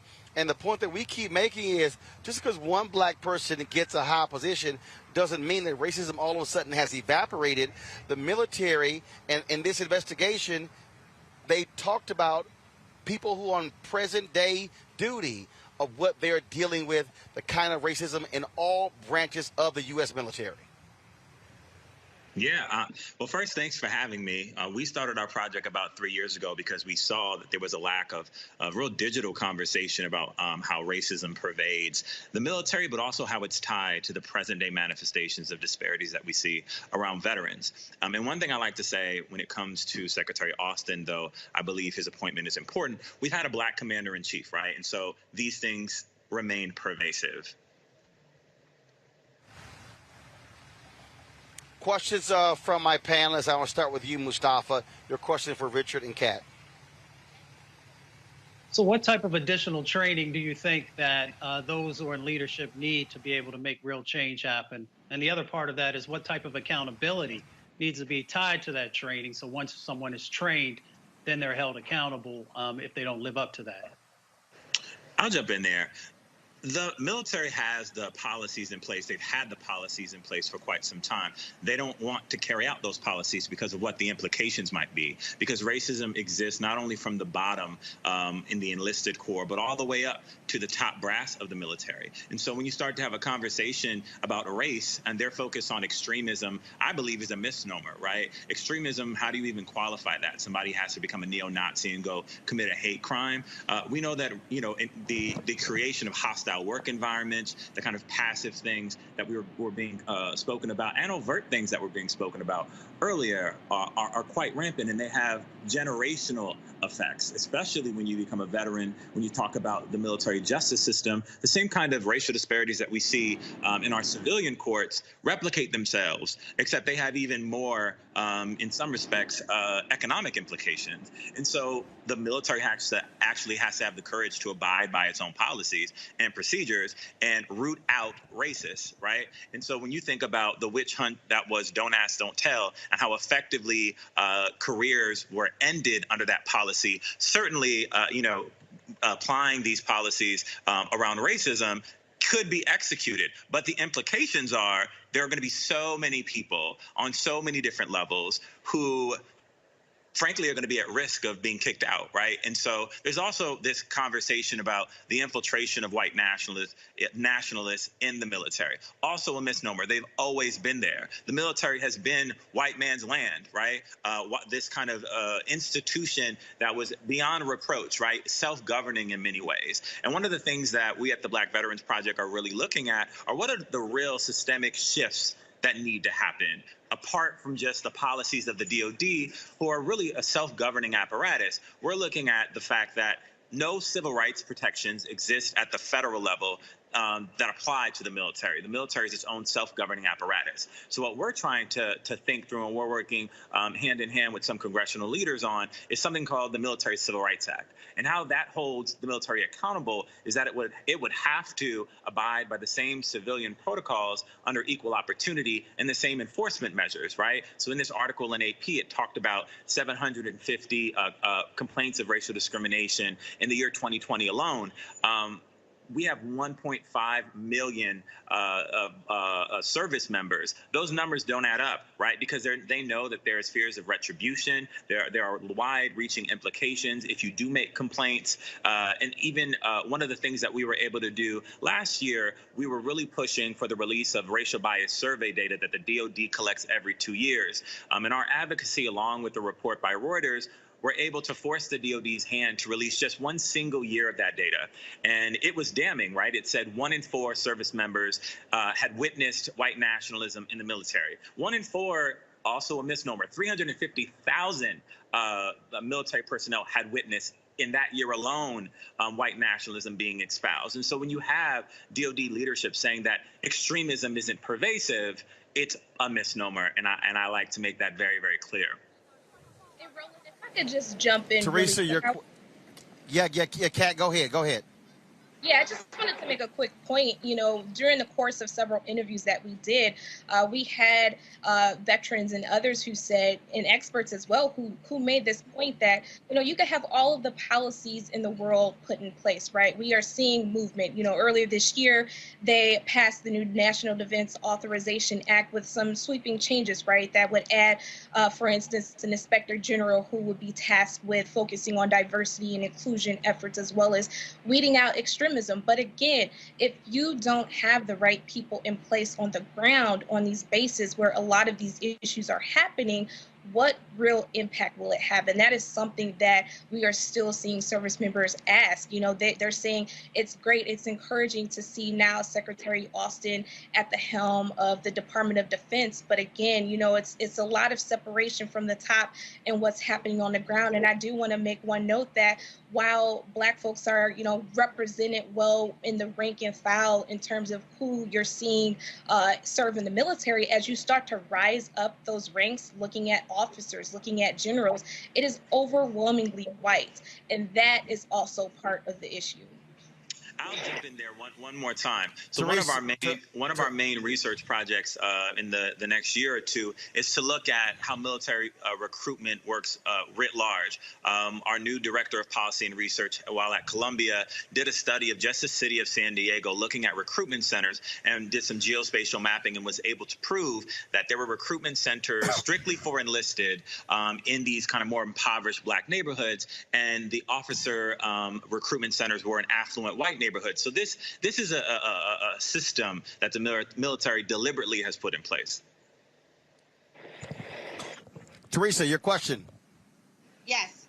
Well, one, thank you both. I think that is a full wealth of knowledge. I have a few family members who are currently in the military and those who have enlisted. So one of my questions is, if we are looking at the recruitment process a little bit more intensively, because as you know, some of these recruitment officers are showing up at, colleges and practically high schools at this point.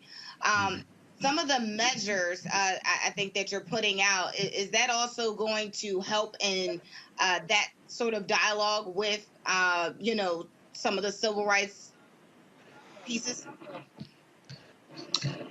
Yeah, I mean, so a recent report that took about 3 years to actually come together was looking at the nominations processes for the more elite military schools like West Point, like the Naval Academy. And what they saw was something that we all know to be true. There was a dearth, right? And so when you look at military top brass, many of them have come through these schools. And so making sure that African-American communities are abreast of the opportunities, know about the different ways they can potentially, get into the officer corps. You have an overrepresentation of Black folk who have bachelor's degrees, which is the minimum bar to become an officer, that sign up as enlisted because they have bad recruiters, frankly, and they don't know the information. And so there needs to be efforts, and part of our project's work will be in combination with other organizations to do a public education drive, essentially, so that younger people who want to join the military are equipped with the knowledge that they need, so that this disparity, this really stark disparity, around 8% of the officer corps is made up of Black folk, when there's 16% or around 16% of the U.S. population, that needs to be addressed. And it's not that it can't be addressed, there's an unwillingness to address it.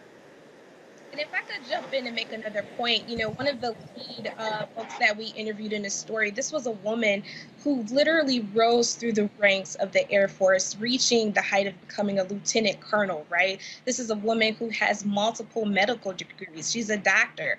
And even though she reached this height, she still faced so much racism. She told me stories about how she had white subordinates who refused to salute her, which is something that is a major issue in the military. She talked about how she was called racial slurs while she was trying to help patients in the Air Force. So again, it's one thing to recruit these folks to help make sure that they are rising through the ranks. But again, even though they are reaching the highest of heights within the military, they are still faced with racism. Ben, your question. Yeah, I wonder to what extent either one of you could speak to the reality that much like America is built off of, it's a racist, white supremacist system, therefore its military is going to be the same. Dr. King saying that he feared that he assimilated us into a burning house. Is representation in the military in these ranks going to actually be achievable when we're literally fighting against the white supremacist core and the tools of white supremacy, the weapon of imperialism that's built on these ideas and these ideologies, literally built on the blood of Black people and Native people? But can we actually get that change from within?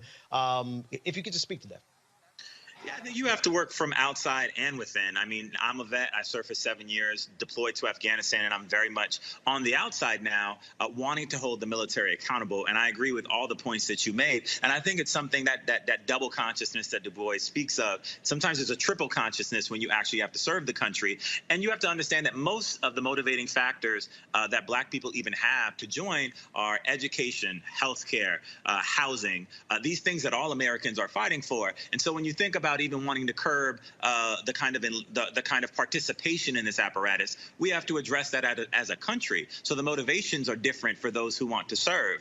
I also think it's very important that Black folk are represented in this institution, because by default, if we're not, we're going to allow this critical American institution that will not be going anywhere to be ravaged by white supremacists. And I don't want to think about is the ways in which the coffers of the military are protected, right? And so when you go through the equal opportunity mechanism, say if you are aggrieved around racial lines, you don't really have redress. Someone might get demoted, perhaps, get kicked out of the military, but there's no financial recompense. And so there's something called Faris Doctrine that's been in place right after Eisenhower said that we were on the cusp of a military-industrial complex, because we very much have a war economy in this country that we've not wanted to confront. And so Faris bars people who serve in the military from being able to levy suit against the military. That's a baseline worker protection. And so for us at the Black Veterans Project, in combination with a lot of other organizations as well, we're thinking about how can we systematically shift this military that is shifting, like technology is shifting what the military looks like. You have less than 1% of the American population that's serving, but it's taking 50% of all discretionary money that we have at our disposal. And so what are the implications there? And so I think that Americans have to start to pay attention to the ways in which the military is raping the American public so that they don't have education, housing, healthcare. So I fully agree with you, and it has to be a multifaceted approach. All right, then, folks. I appreciate it, Kat. For folks who haven't seen it, where can they go to read this investigative report? You can go to apnews.com to see our latest report. You could just Google racism in the military. The great thing about the AP is our stories go everywhere. All right, then. Richard, Kat, we appreciate it. Thanks a lot. Thanks. Thank you. Folks, back to our Roland Martin Unfiltered video in just one moment. It's time to be smart. When we control our institutions, we win. This is the most important news show on television of any racial background. Y'all put $2, $3, $4, $5, $10, $15, $20, $30 on this and keep this going. What you've done, Roland, since this crisis came out in full bloom. Anybody watching this, tell your friends. Go back and look at the last 2 weeks, especially of Roland Martin Unfiltered. I mean, hell, go back and look at the last 2 days. You've had sitting United States senators today, Klobuchar and Harris. Whatever you have that you can bring to Roland Martin Unfiltered to support it, please do, because this information may literally save your life. Watch Roland Martin Unfiltered daily at 6 p.m. Eastern on YouTube, Facebook, or Periscope, or go to RolandMartinUnfiltered.com. Support the Roland Martin Unfiltered Daily Digital Show by going to RolandMartinUnfiltered.com. Our goal is to get 20,000 of our fans contributing $50 each for the whole year. You can make this possible. RolandMartinUnfiltered.com.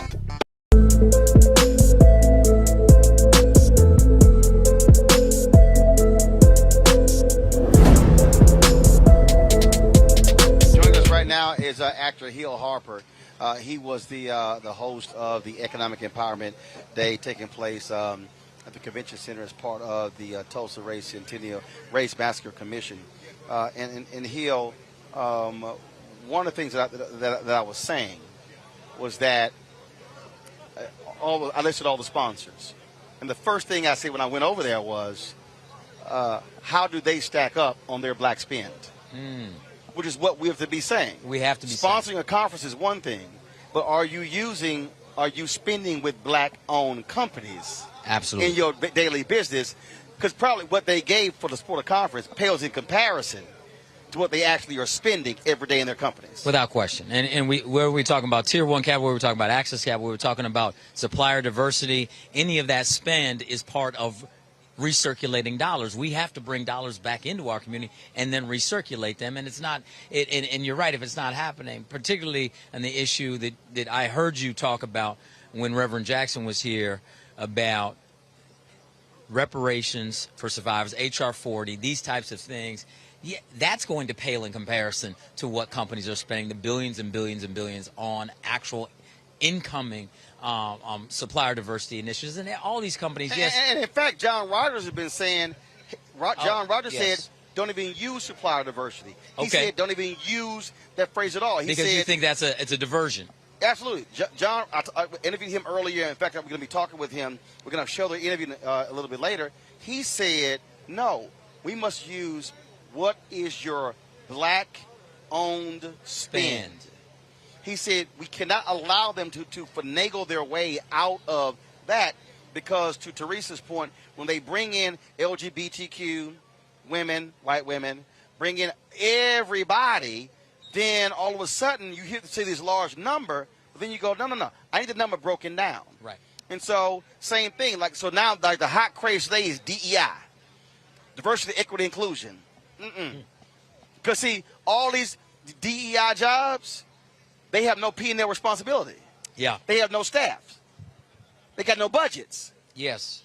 But ultimately, Roland, for me, and I'll be honest, because people ask me about whether it's politics or whether it's spin, I think we have to just look in the mirror ourselves. We already have $1.2 trillion of buying power in our community. Right. And we'd be the 15th largest GDP in the world if we were a country, yet we don't spend that intentionally. A dollar leaves the black community within 6 to 7 hours. And if that's the case, we cannot build wealth unless we're recirculating the dollar. That, to me, is even more important than asking PepsiCo who their supplier is.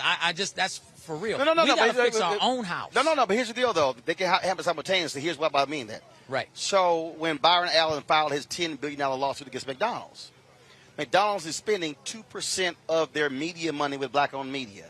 Yet 40% of their revenue is coming from black customers. Absolutely. So we're actually spending our money. What I'm arguing, that's a return on investment. Exactly. That is, without us, y'all in trouble. General Motors, 11.4% of all GM cars bought by black people. They were spending 1% of their money with black media. Yes. Now we got to start asking. The brother who was a general counsel, he since left at Coca-Cola, he challenged all the law firms saying, I'm going to start taking business away from you because y'all ain't serious about diversity. What I'm saying is, this is where we say, no, there's about to be a return on investment. No, brother, we live, brother. There's got to be a return on investment when we are making these demands because the companies are profiting from our spend. Without question. Roland, let's think about tech. We make these tech platforms, right. billion-dollar companies. We just made Clubhouse a $4 billion market cap in beta because black folks got on that app. We made Twitter. You're right. Our culture has been monetized. We monetize companies with our dollars. The question is, how do we keep the money in our community? How do we get to monetize blackness? We have to create our own companies, our own tech, and support, just like what you've done with this platform. This is why folks have to understand how powerful what you're doing with this platform. This is called self-sovereignty. This is called using technology, state-of-the-art technology, to own your platform.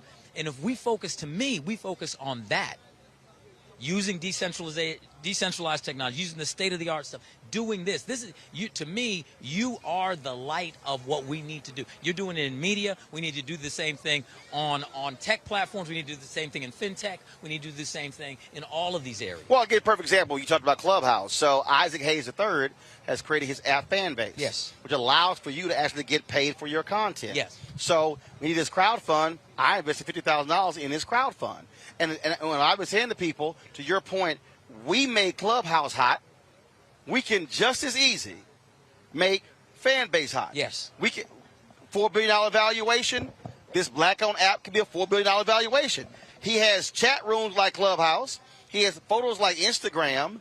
I can do videos like Instagram. And I think you can do private stuff like to your point, OnlyFans. It has to be intentional. It does, and that's why I launched the blackwallstreet.com and the app, and we launched it last night on another platform that brothers run called Earn Your Leisure, the #1 fintech podcast out there right now, brothers doing it, and they're doing it very well. Wall Street Trapper was there, another brother who's talking about finance. TheBlackWallStreet.com is a digital app that we're launching to let people invest in Bitcoin and not have to go through the Coinbases, the Cash Apps, the Venmos. Okay, the so explain that. Okay, so I've had some people. We were discussing this at dinner last night. I've had some people say, Roland, you need to start accepting cryptocurrency to join your fan club. Yes, okay, you should. So, all right. So for people who have no idea what the hell that is, they hear it and they're like, I don't know what this all is. Explain what your app does to help with that. So let's say if I wanted to say we're going to start accepting crypto, if you want to join our Bring the Funk fan club, yes. How does your app help facilitate that? Okay, well, first of all, we have to. Crypto's a big world and a big universe. Got it. There's 9,200 different cryptos out there. 99% of them are trash. Let's be clear. They're designed to try to separate you from your money. Okay, so that's why it has to start with education first. Right. Okay, and so on our platform we have financial literacy, financial education about crypto, etc.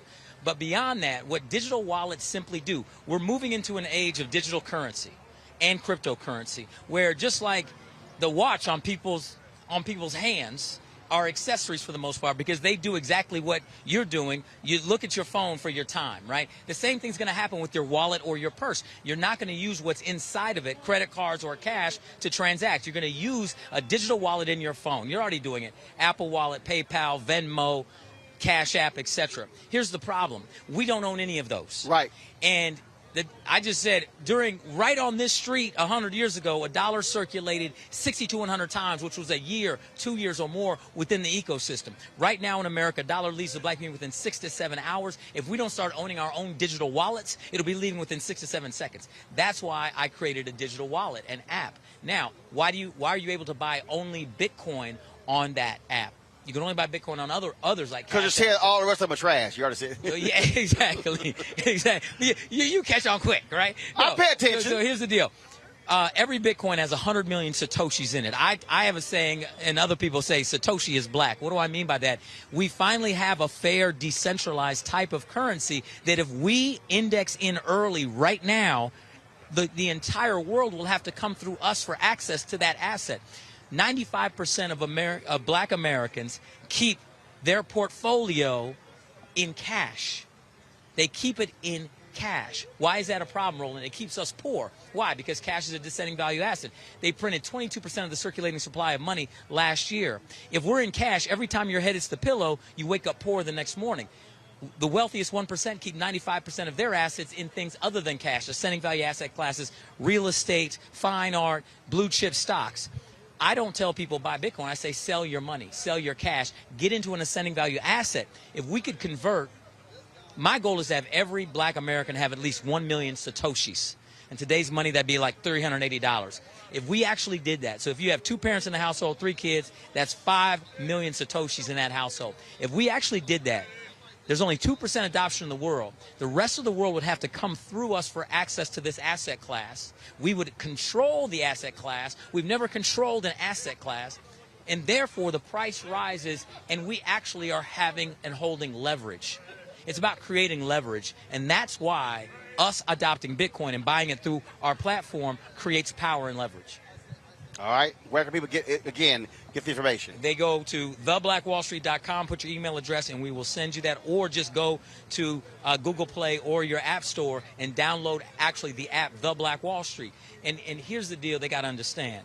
We're building this so it's unbreakable. They're not going to be able to come and tear it down like they did here, right? And therefore, folks are going to have to go through a real stringent process when they load it. They're going to KYC, which means know your customer. People are like, I just want to come on and start just buying. No. You got to take your time, connect your bank account. It's a process, but it's a process worth doing. And I believe I'm going to make a big prediction right here, Roland. This is the first time I'm saying it, and since we're live, I want to say it. I believe that our app and our platform will create more black wealth than any single business or app in history. Black wealth, black American wealth. All right. That's a prediction. That's it. Hill Harper, surely appreciate it, bro. Thanks a lot. Appreciate you, man. Continue doing what you're doing. You are our hero in the media space, and we have to support you and start accepting Bitcoin. 5 years from now, you come up to me, Hill, that interview, I don't know how people saw it, but at least that was the most valuable interview I ever had because I'm sitting on a bunch of satoshis, and they're going to be worth a lot. All right. All right? Hill Harper, I appreciate it, brother. Thanks a lot. Thank you. Folks, back to that Roland Martin Unfiltered video in just one moment. It's time to be smart. When we control our institutions, we win. This is the most important news show on television of any racial background. Y'all put $2, $3, $4, $5, $10, $15, $20, $30 on this and keep this going. What you've done, Roland, since this crisis came out in full bloom. Anybody watching this, tell your friends. Go back and look at the last 2 weeks, especially of Roland Martin Unfiltered. I mean, hell, go back and look at the last 2 days. You've had sitting United States senators today, Klobuchar and Harris. Whatever you have, you can bring to Roland Martin Unfiltered to support it, please do, because this information may literally save your life. Watch Roland Martin Unfiltered daily at 6 p.m. Eastern on YouTube, Facebook, or Periscope, or go to RolandMartinUnfiltered.com. Support the Roland Martin Unfiltered Daily Digital Show by going to RolandMartinUnfiltered.com. Our goal is to get 20,000 of our fans contributing $50 each for the whole year. You can make this possible. RolandMartinUnfiltered.com. You want to support Roland Martin Unfiltered? Be sure to join our Bring the Funk fan club. Every dollar that you give to us supports our daily digital show. There's only one daily digital show out here that keeps it black and keep it real as Roland Martin Unfiltered. Support the Roland Martin Unfiltered Daily Digital Show by going to RolandMartinUnfiltered.com. You can make this possible. Strange, crazy story. All right. White folks being white in Mississippi. A local high school. Matter of fact, you know what? Go ahead. Y'all know what time it is. Oh, God. No charcoal grills are allowed. I'm white. I got you, Harper. Illegally selling water without a permit On my property. Whoa! Hey! You don't live here. I'm uncomfortable. All right, y'all. In Mississippi, a local high school faces backlash. Why? Because 2 black girls, valedictorian, salutatorian. But guess what? They then came back and said, oh, hold up. We're going to add 2 more students. Now, Ikeria Washington, Layla Temple, valedictorian, salutatorian. Then they decided to say, no, we got 2 more. So they said, then they tried to explain away the new rule. So the new rule is this here, that,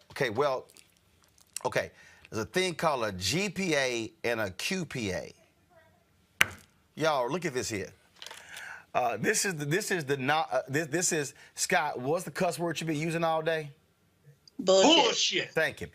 This is that statement. The West Point Consolidated School District would like to address the concerns of the naming of the valedictorian and salutatorian for WPHS class of 2021. There are 2 methods to determine a student's class rank. The first is quality point average, or QPA.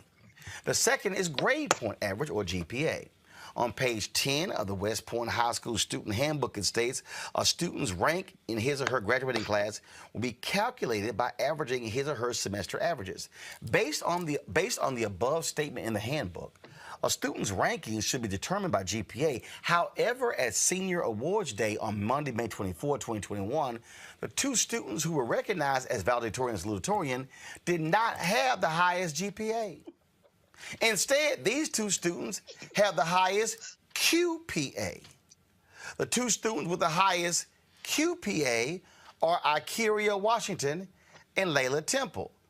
The 2 students with the highest GPA are Dominic Borgioli and Emma Berry. The WPCSD feels it is necessary to recognize all 4 seniors at graduation. Congratulations to the following: Dominic Borgioli and Ikeria Washington, valedictorian, Emma Berry and Layla Temple, salutatorian. We apologize for any confusion and problems this may have caused. The school district takes full responsibility for this misunderstanding. Can y'all please show Ikeria, please, and Layla? Could y'all please show the other two? Little black girls. Go ahead on. I think it's abundantly clear, Robert, what the hell went on here? Oh, God. This isn't anything new. This gives me a chance to get a grievance off my chest, too. Back in 2001, when I was in high school, my school, the majority black school, Kendrick High School in Columbus, Georgia, after a 20-year drought, won the academic decathlon tournament from Muskogee County. Because we won at Hardaway High School, they would not give us the trophy, because they could not believe that the black school had finally won. I gave an amazing speech also, but they couldn't believe that the black school actually won, so they had to go back and do a recount of all the scores and points. So 2 weeks later, they finally gave us our ceremony in the library at our school instead of on the big stage in front of everybody else. You also seen me trash talking too. Columbus High School, all them folks, I was killing them. But this has been going on for a long time now. I'm glad that we're bringing some attention to these young women so that they can have the proper shine and the proper recognition for what they've achieved. Well, it's hard being black in America. It just is. I mean, at every I'm level not of our life, surprised. it's just I'm not hard. surprised that Robert was part of an academic decathlon. He's still mad about that shit. I am still mad. I got that's the picture on my that's laptop where and my tertiary- screensaver. That's where tertiary came in, and all the other words that he has blessed us with. And I am thankful that this was your therapeutic moment where you could get that off your chest. But back to these women, young girls, who had something stolen from them. Look, I don't know, Roland.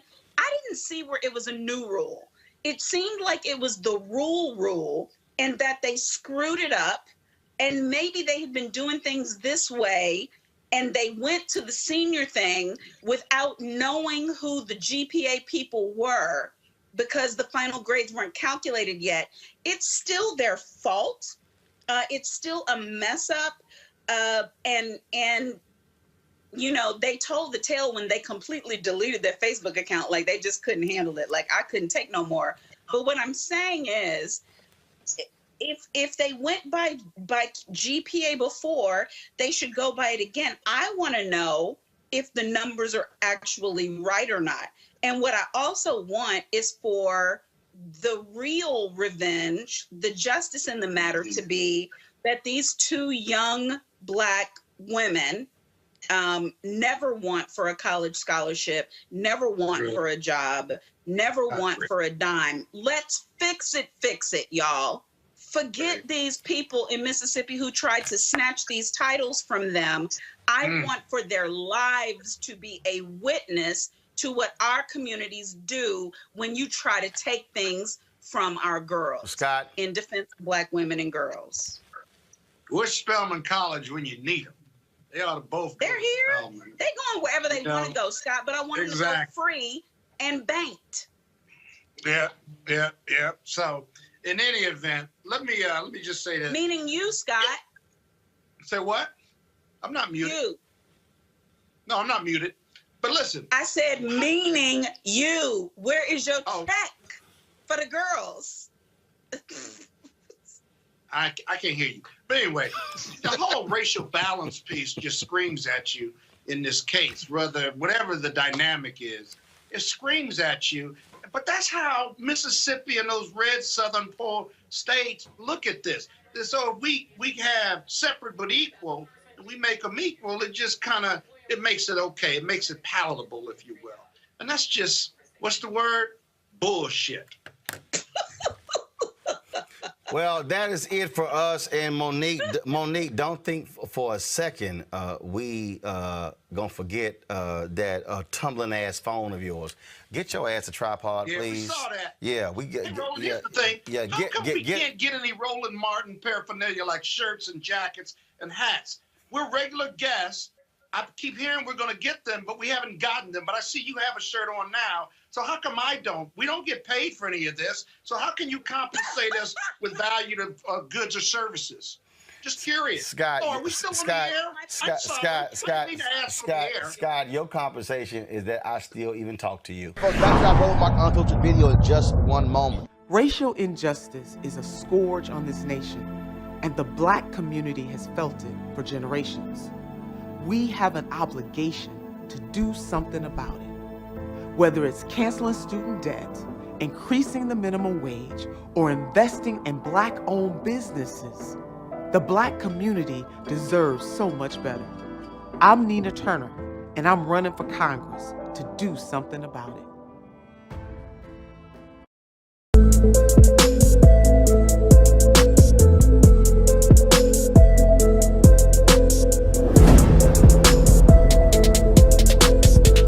About 30 minutes ago, President Joe Biden finished addressing the folks here. The crowd that you see there, we're standing right in front of Vernon AME Church here on Greenwood Avenue. Right across the street is the Greenwood Cultural Center.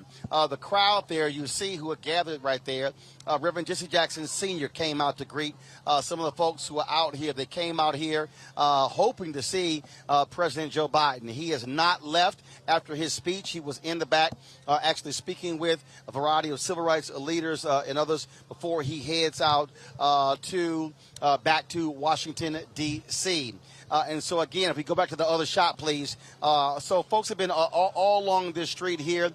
They've been down here for the past 4 hours or so. You had a group of about 200 people, VIP invitation only, who were inside to attend the speech. There were those of us who were also in the press who were inside as well. And so the people came out here hoping to get a chance to see many of the dignitaries who was there. Reverend Jesse Jackson Sr. attended the speech. Reverend Al Sharpton was there. Mark Muralist, President and CEO of the National Urban League, also there. Members of Congress, including Congresswoman Brenda Lawrence of Michigan, Congresswoman Lisa Blunt Rochester of Delaware. There was also Congresswoman Barbara Lee of California. You had Congressman Stephen Horsford from Nevada, Congresswoman Sheila Jackson Lee from Texas, and Congressman Hank Johnson from Georgia. So they were all there attending the speech. As President Biden said in his speech, this was the first time a United States president came to Tulsa to commemorate this anniversary. This race massacre took place 100 years ago, sundown on May 31st, and extended through the wee hours on June 1st. And what's interesting is that for a long time, I mean decades, this city would not even acknowledge what took place. Insurance companies refused to pay the claims. Black people who had their money in banks couldn't get that money out because the bank said you have no proof you had money here because the papers were burned up when 36 blocks of black prosperity was gutted, completely destroyed by white domestic terrorists. That's what took place here in Tulsa. As I said, there were a number of people who were there. Reverend Dr. William J. Barber was inside. Also, longtime Tulsa resident Bishop Carlton Pearson. He was also inside the Greenwood Cultural Center to hear President Joe Biden speak. He joins us right now. Bishop Pearson, glad to have you back on Roland Martin Unfiltered. Just from your perspective, first of all, what did it mean to have a U.S. president come here to acknowledge that this is real? In his speech, he said this was a massacre, not a race riot. That was the most profound words. Those were the most profound words spoken about this incident in American history, because a president said it. He didn't skirt around it. He didn't act like it didn't exist. He didn't try to soft shoe it. He said it the way it was. And that room was touched and moved. You were sitting right in there. It was very powerful for us to hear the energy shift when a president said it very apologetically and unapologetically. It was a somber move. That's Jesse coming. It absolutely was. Reverend Jesse Jackson. It absolutely was a very somber moment. And again, Reverend Jackson is walking over here, and so we're going to lead him right over and here. And the pastor. Bishop Pearson has no problem sharing the microphone here. Not at all. And so we got Pastor Turner here. We got Reverend Jesse Jackson Sr. Reverend Jackson, step right on in here. I just want to get your thoughts on what President Biden had to say to the crowd here in the Greenwood district. You opened up the wound of the cover-up. That's important. We're not going to go beyond the cover-up to the new day. We need now a commitment by the federal government, to make African American hate crime bill, as done for Asians, as done for Jews. Secondly, make lynching a federal crime. In that past Senate, last time Rand Paul held it up. Also need a $100+ million development bank, not just a grant, but a bank that intends to lend to small businesses. That's a restitution. See, the John Rogers who lost their homes, and they should be restitution, not reparations. They must be paid for sickness from them. In his speech, President Biden, he mentioned how we've changed, how we moved along, and then he mentioned seeing these multiracial commercials. And I'll be honest with you, when he stated that, the first thing that I thought about as a black-owned media company is saying, that's great that we're in the commercials, but we're not getting the advertising money. You got to deal with the money if you want to deal with America. Well, no. I think he's saying something else. I agree, but I'm black ass all the time. It seems to me that when Diane Carroll kissed a white guy, it was national news on TV. The blacks man says humans. Now, to make us human, we sleep on mattresses, we run, we play. That's a piece of it. But your point is, at the end of the day, it's an economic factor, and we must fight these companies tooth and nail to get Carroll Williams and other black-owned agencies of record. Betrayal in Chicago, Carroll Williams in California. This is the deal breaker for us, deal maker for us. Really. Pastor Turner, I want to bring you in here. You heard, I'm bringing Bishop Carson. You heard the president. He talked about housing. He talked about 10 to 15% from disadvantaged businesses. But again, what I heard was that disadvantaged businesses, that includes a whole lot of people. We also got to be black specific in the ask. Absolutely. And I want to say it was good that he's the first president to come here in 100 years, but and I appreciate that, but we need to make sure that we have some legislation to back up that speech. And while we appreciate the presence, we want to see some policy. And he came right close to supporting an anti-black hate bill, but I didn't hear that come out of his mouth today. I'm hoping that it does. We still have not seen policing reform, George Floyd. We still have some voter suppression laws across this country that we need to get addressed. And like the Reverend Jackson stated, lynching today in America is not a federal crime. I'm going to repeat that. Lynching today in America is not a federal crime. And we still do not have an investigation into the worst race massacre in American history, where when bombs were dropped right here on American soil, we've never had a federal investigation into that. Perpetrators. Somebody knows whose granddaddy did the burning, the killing. The victims are perpetrators, and both must be addressed. We're leaving right now, but we're starting a Rainbow Push Coalition in the area. Reverend Turner will be a point person to convene the Rainbow in this area. Bishop Pearson, on that point again, here, I've been hearing from lots of people. They appreciate the gesture. They appreciate the acknowledgement. But if you don't deal with the repair, if you don't create a victims compensation fund, America created a multi-billion-dollar victims compensation fund for 9/11, but Tulsa and Oklahoma, America still has not done it for the residents of Greenwood. Well, first of all, we're not asking for special rights. We're just asking for equal rights. The equal rights that this section of Tulsa and really of the state earned. We had a city. They didn't drop bombs on black people. They dropped bombs on black progress. And that's what they fight the most. We want progress, not just process. We can talk about it. They've been talking about it for years. Words don't mean anything without action. We're expecting action. We're actually demanding action. And we want every American to vote and talk to their congressperson, male or female, Democrat or Republican. We need change. If we don't, because the whole world sees this, we're going to look like an unjust country. Is it justice or just us, as we often say? Reverend has been saying it for decades, very clearly. They know what he says is accurate. Let's do it. We're commanding, we're demanding, we're expecting it to happen. Right, Rev? Yes. It's going to happen. Reverend Jackson, you, for a long time, you ran Operation Breadbasket that morphed into Rainbow Push. I went over to the convention center today where they had this economic empowerment day, supposedly focused on African Americans, that all of these companies listed as sponsors. And the first thing I said was, are these companies spending money on black law firms, black catering companies, black transportation companies, black engineering companies? That's why Reverend Turner and Brother Bishop are going to form a Rainbow Push Coalition in this area. They must board directors, C-suites, supply contracts, a whole range of, you count on it, Roland, Love you, buddy. Reverend, I appreciate it. Thank you, man. Always good to see you. Pastor Turner, I know you got, I told you about that Omega stuff. Don't start. Pastor Turner, I know you got the revival tonight. Get on with that Kappa stuff. Bishop Pearson, I appreciate it. Thanks a bunch. Folks, back to our Roland Martin Unfiltered video in just one moment. It's time to be smart. When we control our institutions, we win. This is the most important news show on television of any racial background. Y'all put $2, $3, $4, $5, $10, $15, $20, $30 on this and keep this going. What you've done, Roland, since this crisis came out in full bloom.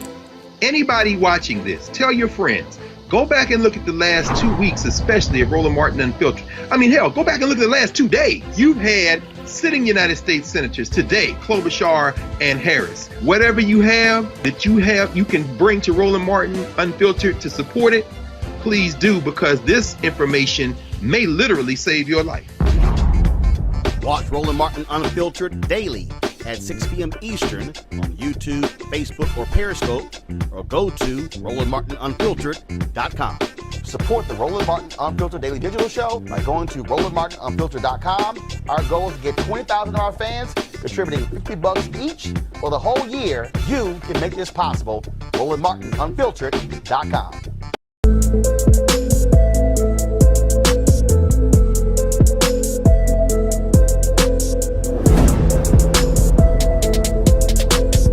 Jamal, come on over here. I'll talk to a little Kappa. Let me give you the microphone here. You popped in for revival here, and Pastor Turner here, yeah,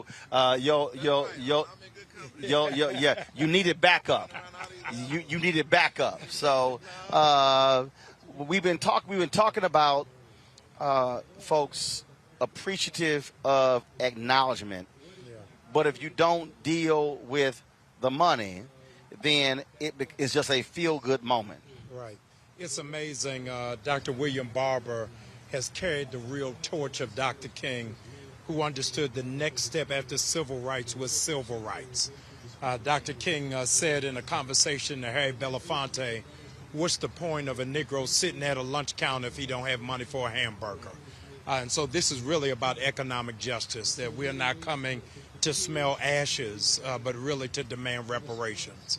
And that's why people have come from all over the country. There are a lot of people who, I love the folks who go, do for self, do for self, do for self. Now, first of all, the black church has always done for self. Right. I own this company that's doing for self. That's right. My security guy owns his company that's doing for self. But doing for self also doesn't mean that we ignore the billions being spent by the federal government, state government, county government, city government, school districts, corporate America, because white wealth in America was not built by doing for self. It was built on doing for access. Right now, Jeff Bezos, the richest man in the world, is asking for a federal bailout of his space company. Right. He got the money. Right. But he's looking to the federal government for a check for his space company. The other side of that, Roland, is the reason why we're here is America hates when we do for self. That the African Americans... Hold on. Yeah. See, for everybody, somebody watching right now, hold on, as my man D-Nice said, let me run that back. Yeah. We are here because America doesn't like for us to do for ourselves. You and I crisscross around the country, especially pre-COVID. And if you go to Baltimore, you go to Little Italy, you go to New York, you can go to Chinatown. Nowhere in America can you go to Little Africa. And Tulsa was the closest thing to it of what it means for cooperative economics. It sounds good, but African Americans have a rough time doing for self if we go to Wells Fargo trying to get a small business loan. But that same bank will give us loans to get used cars. So when we do for ourselves, is a different kind of fight and a different kind of battle. Also, I think what has to happen, and we've talked about this before, and I keep saying this, there has to be a reprogramming of Black America. Yeah. That we have to understand how deeply embedded white supremacy was.